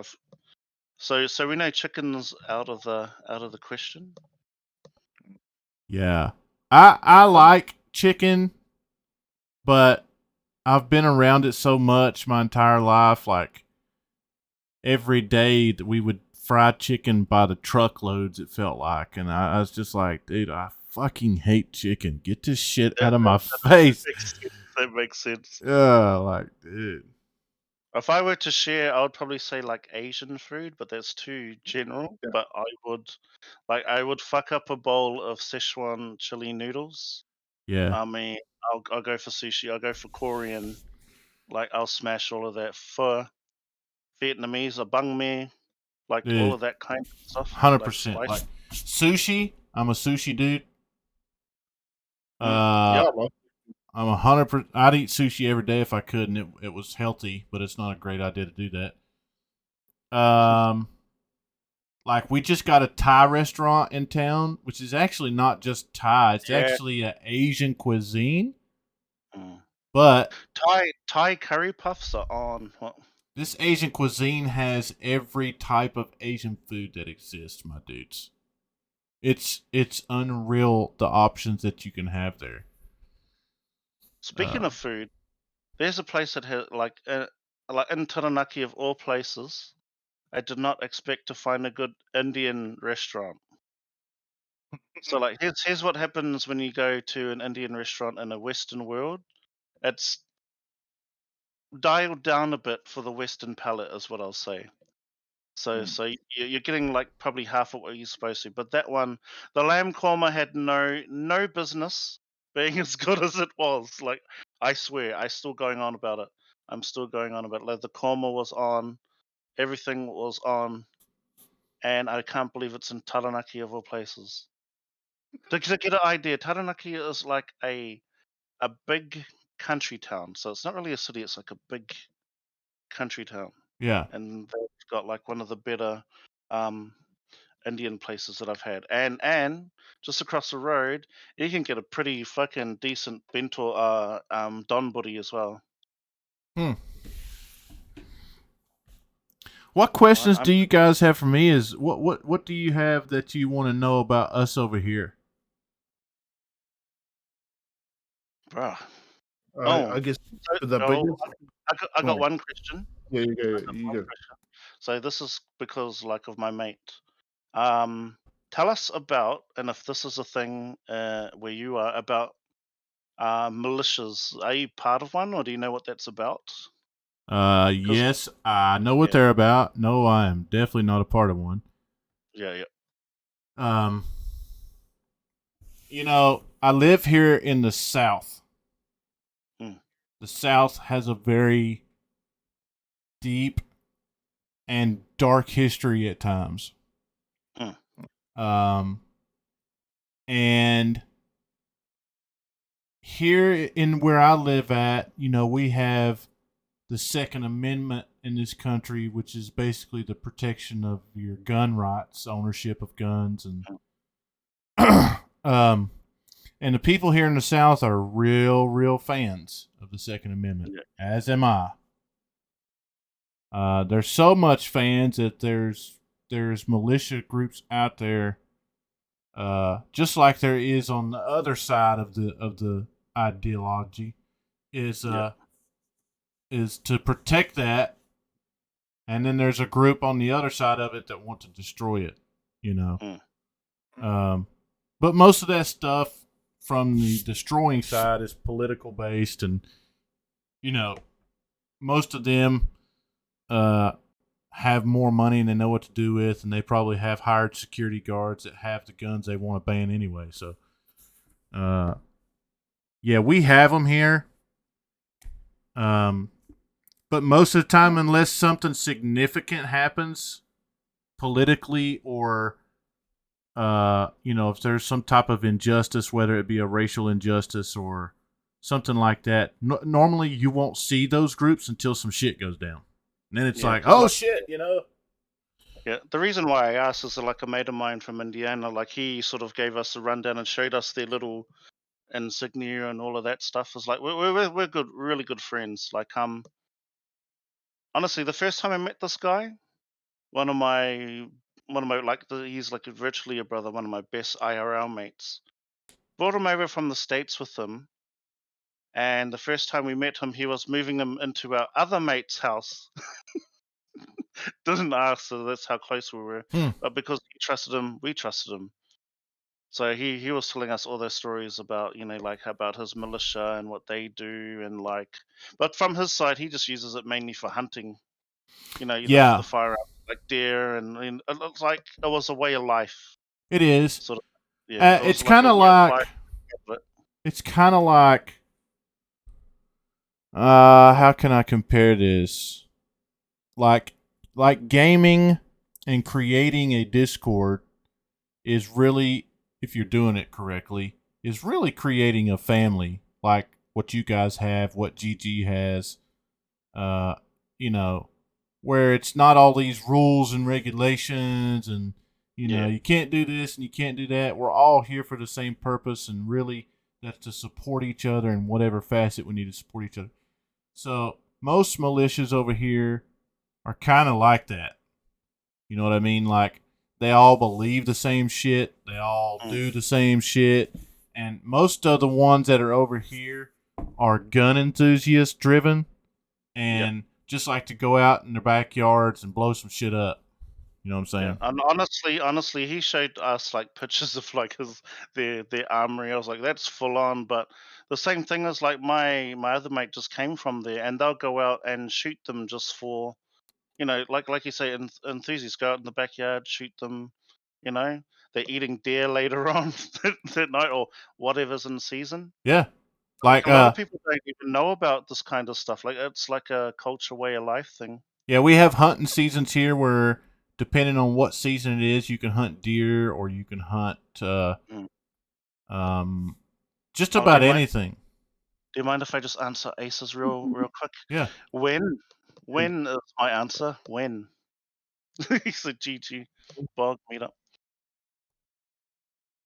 Say less. Yeah. Yeah. It's a meetup. Oh, Just when. you So make like it like happen.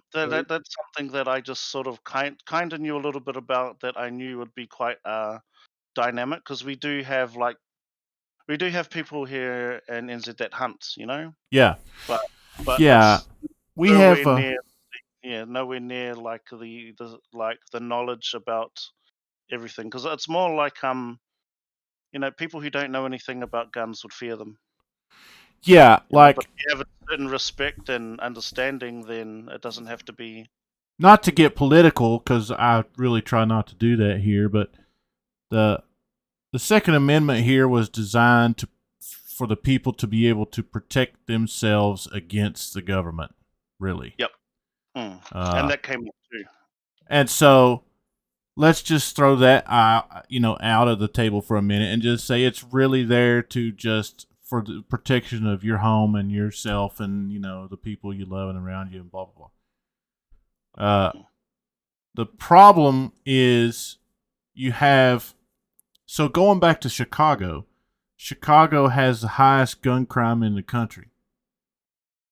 Chicago has also the strictest gun laws in the country.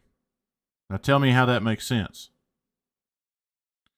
So that alone, if you just took Chicago out of the 50 states that's here, if you just took Chicago and said, like most of the people want to, well, half of the people want to change the gun laws in this country, I say to them, so if you change the gun laws, who are you changing them for? Because in Chicago, there's still the highest gun crimes that exist. And why is that? That's because I'll the probably people. say it's a culture thing as well. No, it's It's it's the people who don't abide by the laws. yeah, you can't take it away. Is what I mean, like because it's ingrained. Like the idea of taking away the guns. Like The how only some. people that'll have gun if you take guns away is the people who was never meant to have guns in the first place. Mm.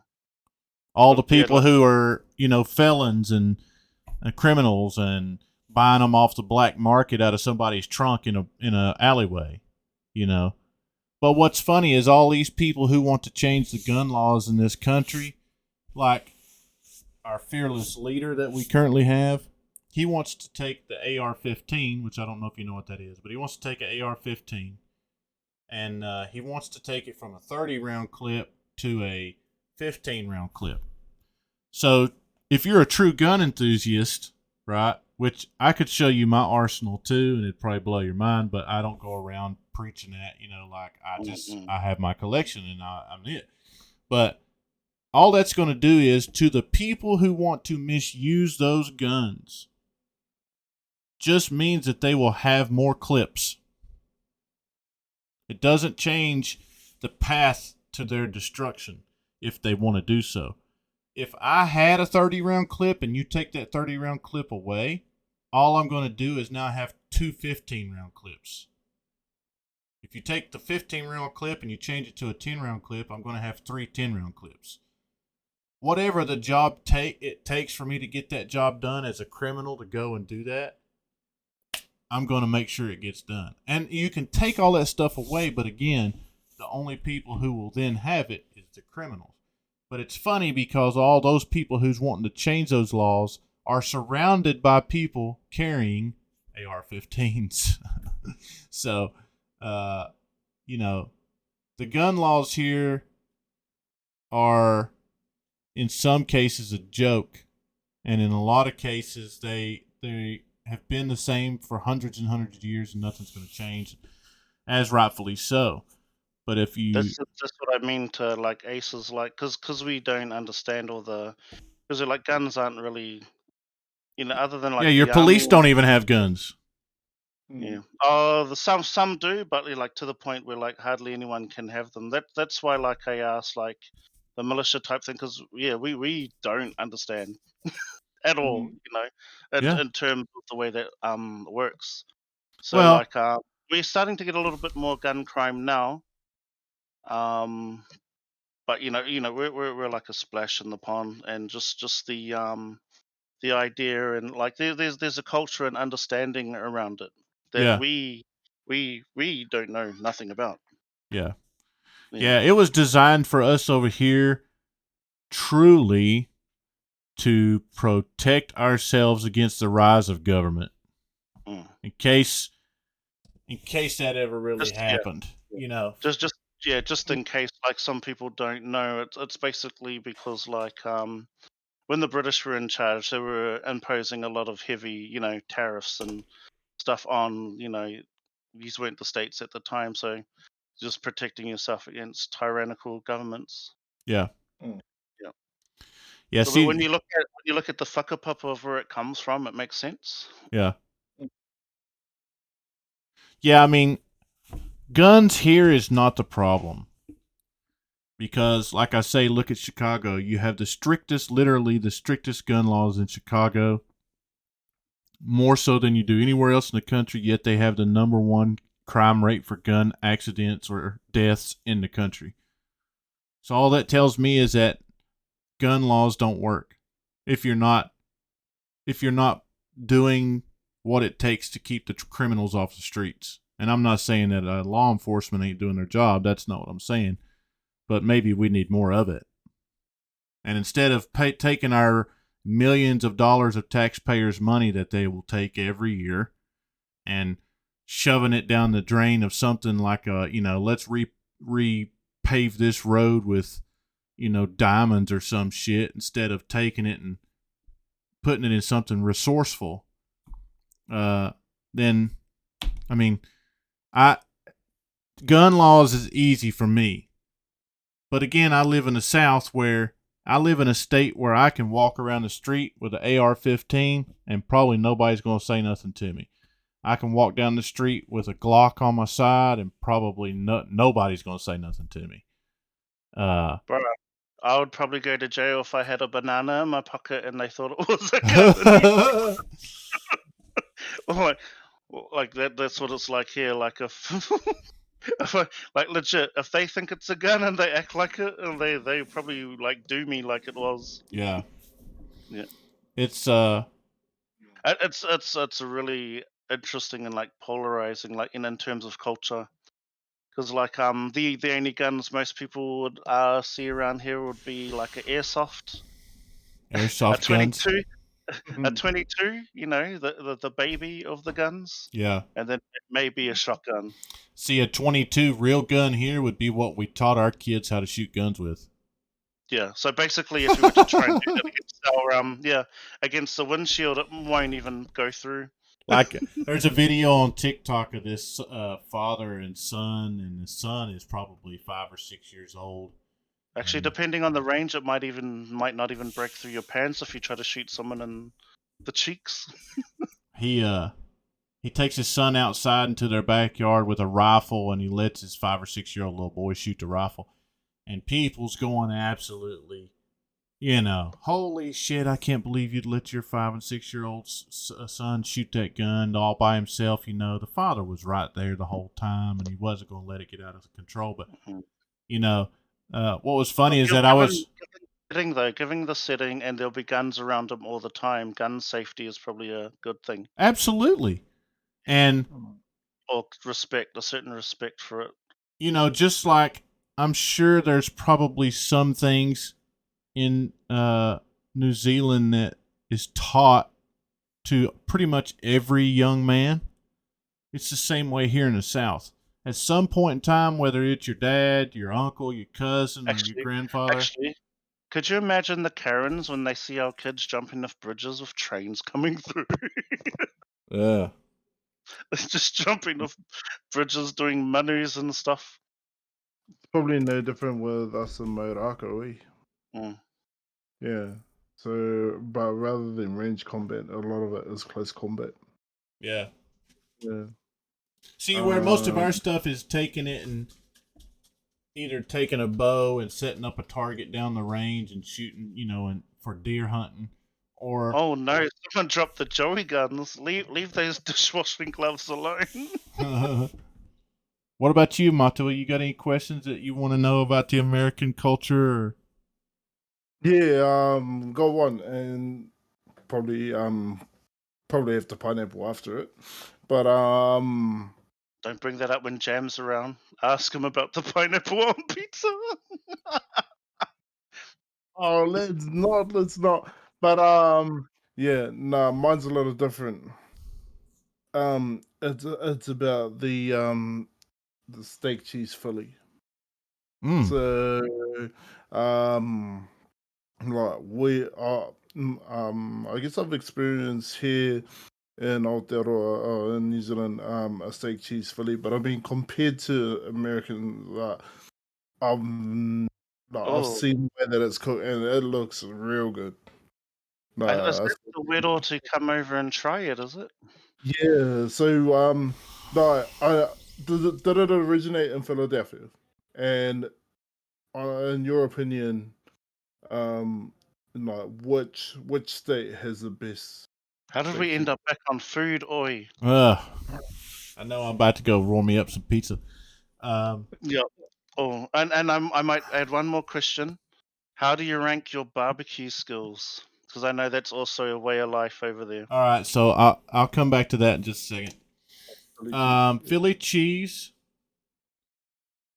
Philly cheese is typically wherever you go, the Philly cheese has some type of beef, and then some type of nacho cheese, more than likely, or some type of melted cheddar cheese or something like that.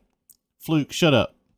I'm not always eating. It's just I'm always eating when you're on. It usually has some type of peppers, like green peppers or red peppers, and onions, maybe mushrooms too. You can do it a bunch of different ways. But the common way is probably with green peppers, onions, beef, and cheese of Okay. some sort. Why are you torturing me now, Josh? Uh, Why? I'm just saying. I'm just kind of giving you a breakdown. Yeah, and that's usually on like a hoagie. It's usually on like a hoagie bun. Yeah. You see me sitting here like that. So I'm not that big of a Philly cheesesteak fan. No, but I live in the South. In the South, you eat chicken and barbecue. Chicken and barbecue. Of course, we have steaks and all that stuff too, but I would say that chicken and barbecue is the two main foods that you're going to really eat a shit ton of if you live anywhere near me.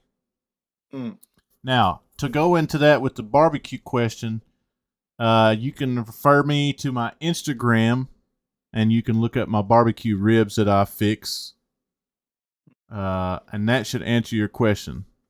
I got asked in 2017.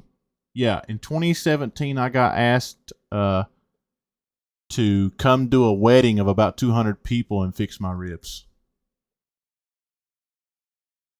Now, am I a pulled barbecue master? Could I do like, a pit of barbecue, stuff like that? No. But if you want some ribs, yeah, I could probably do you some ribs. Steam pudding. The hell is that? Oh, we got you if you come here. Yeah, exactly. I want meat pie. The first food that I was introduced to of New Zealand was meat pie. Okay. So remember that pizza conversation we were having? Yeah. Yeah, it's the same there. So if you go here, you get this type of meat pie. Do you want thick, the thick crust with the heavy gravy with the chunks of meat, or do you want a lighter one? They got the steak and cheese. It's like it's a serious thing. The hangy was the second type that I heard about. That was the second type of food. Yeah. So remember how we were talking about chicken being everywhere? Yeah. Yeah. Meat Same pies. with Pies, yeah. everywhere. Yeah. And there's a spectrum of the $2 pies up into the. I found this place in Newmarket. Shit, you not $15. Don't know if Holy it's worth, shit! but I can tell you what that thing better do for $15. yeah. Hey, listen. Hey, yeah, they've got white sauce in there already. You don't need to add it. But yeah, the thing is, everyone has their bakery, so everyone will probably give you their version of what they think the Yeah, I'm best cool. meat. I want it all because the shit looks good. Oh, and while you're here, you have to try a double happy. What's a double happy? It's like the sausage roll on steroids. Oh yeah, I'm in. Sign me up. Hey, Mm. we we've been going on for 3.5 hours. We have talked about so much and learned about so much, and I've thoroughly enjoyed it. Let me go through real quick and give some shout outs. Uh, sorry if I slaughter these names, but I'm going to try to say it. Dredock Senpai, thank you for the follow. TM Soldier with the follow. My little brother, senpai. Jam Ass Beats, Uncle Aces, Fluke, Bugs, Ash Little Lady, Kahu, Fluke, Jam Ass Beats, Pride Lands, Trash Panda, so many others that came through. I really appreciate you. We're going to continue to do these every Saturday night. Honestly, the name Trash Panda always cracks me up. Yeah, that's pretty funny. Yeah, What we call a trash panda over here is a raccoon. yeah. Yeah. So yeah, You know the hey, fun fact about raccoons? In Japan, they thought they were so cute, they tried to keep them as pets. there's some They people regretted over it here that straight have away. them as pets. Yeah, they regretted it straight away. Yeah. Yeah. Sorry. Thanks, bastards. Now I'm hungry. I know, Jam. Hey, listen, Jam, we got to get together. I gotta have a conversation with you. I hope you're doing good. Jam has agreed he's going to come on the show at some point in time, probably over the next month when he gets settled in. Hey, listen. Yeah, Big shout outs to the brothers for coming on. I know it's a lot of your time and you've got families and stuff that you could be spending time with. And so I'm truly grateful and honored that you gave me a little bit of your time to come do so. I love doing these things. I'd love to have you guys on again and again and again. And there's so many conversations and so many things that need to be talked about and I want to talk about. And I have the utmost respect for you, my friend, for what you stand for and for what you do for the kids. Even more so now that I didn't have a clue anything about you as a teacher, and especially now after Axie dropped the data about you getting the funding and stuff for all that stuff for the kids. Man, it's pretty awesome. So, uh, I encourage you. tell anyone either. Yeah, I encourage you to keep up the good work because the world needs more people like you. And you have my utmost respect, man, 150%. And once again, big congrats to you on the wedding and getting married and signing your life away. And yeah, thanks to Axie too. Axie and me, we talk a lot off stream, and he comes in the stream. We have numerous conversations, and man, it's been awesome for the last year getting to know you guys and hanging out. And so yeah, I'll give you this time if you guys want to say anything or shout anybody out or whatever it is you want to do. The floor is yours. You want to go first, bro, or I'll close up. oh, sweet as. I'll- Like I always do. Thanks for having us on, man. Yeah, man. Uh, My was pleasure. awesome. Yeah, thanks for reaching out and getting us on. Big ups to you for taking the steps to, do these podcast style streams. Like it's a really good way to get to, know everyone. I'll get to know everyone and get to, just get to know everyone a bit better Mm-hmm. and do a bit of a deep dive. So big ups to you. You did mention about asking us, but like I said, I was like, we're no one. You don't need to ask us permission for anything. I mean, if anyone else feels like they want to do like the podcast style thing, just go handy. I'm actually happy that we've reached people. I Oh, mean, yeah. and inspired anyone to do anything. Whew. So what brought me here? Ngati Gaming was like I got a shout out because otherwise I would not have met the bro. I would not have engaged in the space. So like shout outs to Ngati Gaming and all the who was in there. Then there'll be the rest of the GG Fano. specifically, and these guys underrate themselves a lot. Native Sons, like as much as you you say such the nicest things about us, but you contribute a lot as well with your corridor. It was the same with you and Aces, Auntie Bugs. So shout out to yous as well. Our Hua chapter in the States. I mean, it's like good, like seeing yous come through. I mean, Josh, we had Z to the B, Redneck Randy, Turd. If you haven't jumped in Turds, like just jump in. He's a fun guy. Yeah, absolutely.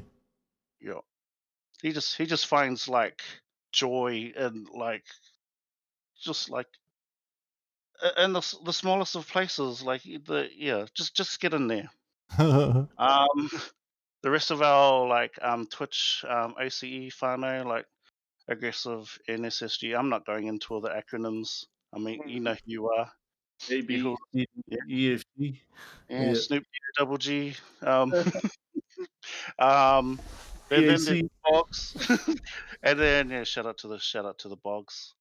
And you who's yeah, and I'll just leave it at that. Not one more thing. Shout out to old vegan lasagna. It still perplexes me. Yeah. Right. Since Xy's pretty much covered the world and then some, yeah, I'm do mana Māori. So, ka te ake, nō runga i ngā āhuatanga a koe a koroma tēnei ka tuku i ngā mihi ki a koe, Josh. Mō tēnei wā wātea ai, kia whiriwhiri kōrero ai i runga i ngā kaupapa ko pokatakoto ki mu i te aroaro o te hunga nei. Nā reira, nō runga i ngā manai me ngā reo o tātou tūpuna tēnei ka tuku i ngā mihi ki a koe. O tira ki a rātou mā e tau toko ana tia i koe e hapai tia ana ki runga i o Pukohiwi kia tuku i ngā mihi mai oha. Ka huri taku aro ki a koutou mai e mā takitaki mai ana i runga i te whakapāho. Koutou anō e whai wāna ki te tautoko i a Maua ko Axi i runga i tēnei kaupapa. Tēnei ka tuku i ngā mihi ki a koutou. Hākoa te roanga o te whakapāho nei. Ko te mea nui ke te tautoko koutou i te kaupapa. Hei hāpai tia i a tātou. I runga i ngā kōrero kua wharekitia. Ka tuku ngā mihi ki a koutou. Huri ake rā, ki a koe tōku hoa. Nau anō, te mana e tuku mai kia hui ai tātou i runga i tēnei whakapāho. Axi, e taku tuakana. Tēnei ka tuku i ngā mihi ki a koe. Karekau he kupu. Tua atu i tō aroha me tō manaakitanga ia hau ki te mahi i tēnei momo mahi. Kia rere pai ai i runga i ngā āhuatanga o konei. Nā reira, tukuna ngā mihi aroha ki a koe e hoa. Tai noa ki taku whānau. E tatiri ana ki roto i te ruma noho. Kua horohia i ngā kai mōku, ka tae au ki te kai ngā kai amiri i tēnei whakapāho, ngā mihi kia rātau. Tainua ki tēnei wā, ki te iti, ki te rai, huri noa. Nā reira, e te whānau e mā takitaki mai ana. Tēnā koutou, Chobo, please take a photo. Matua native. Massive shout out to everyone. Ngā mihi. Cool. Thank you, man. Just He a couple said all more. nice things about you, bro, and he's called me a fuck. That guy. All I heard was my name in there somewhere, so I'm sitting here trying to figure out in my brain, like, what did he say it put my name at the end of it? But anyways, I'll make it brief, okay? Thank you. appreciate you as well. Yeah. Just a couple more things. We are going to send out a raid, so hang out for just another minute. One more thing I got to ask you guys is, I got to have a Ngati Gaming black hoodie like you have on. Ooh. Can we make that happen? What's the shipping process to America? I don't give a shit. Tell me, I'll pay it. I ain't asking for it for free. I just want one. Yeah, sweet. Ngati Gaming merch orders. Yeah. There's so there's a spot there if you keen to go check it out. Are you in Ngati Gaming at the moment? Yeah. In the server, yeah. Look up merch orders and you'll find it. Then it's got all my details on there. Yeah, as soon as we receive the payment, then we can start processing. So Sweet. by all means. Absolutely. Listen, thank you guys once again. I really, really appreciate it. You could have done anything with your time and spend time with your family, kids, whatever the case may be. Drank beers, ate chicken, or whatever the case may be. Hey, we love that chicken. hey. But you chose to come spend it with me, and I'm eternally humbled and grateful. And hopefully somewhere down the road we can do it again, as I thoroughly enjoyed it. And yeah, man, much love to you guys. Thanks for coming on. I really appreciate it. We are going to send out a raid to... Do you guys have anybody on? Is there anybody that you would like to send a raid to? You know what? Sasha Gray just jumped off. Far sad. There's Atua's on. That was Orphan Poharagai. Oh, Pohara guy. Oh. Yeah, okay. Was Matua Puara guy on? Yeah. Hey. Let's go. Oh, yeah. Listen, Yep. no word as of yet on next Saturday. If something changes, and everybody's Discord that I'm a part of will be the first to know. Otherwise, in a couple weeks, I'm going to have Killam Gillam on. She's from Oddball Gaming, and she's an esports gamer from Canada. And she has followed me pretty much since the beginning of my Twitch journey. So I will post that as soon as I get confirmation on a date on that, as well as Paka from TikTok and Jam Ass Beats, and anybody else that wants to come on. Feel free to shoot me a message anywhere that we are in the same room together. And yeah, we'll schedule it up because I want everybody from all over the world. So let's go say hi to Pohara. Much love to you guys, fam. I really appreciate it. Shout out again to Axie and Native for coming through and hanging out and teaching us the Hua ways. And man, I will catch you guys tomorrow, man. Peace out. Rocked it. Yeah, nice. Yeah. I can't believe you made me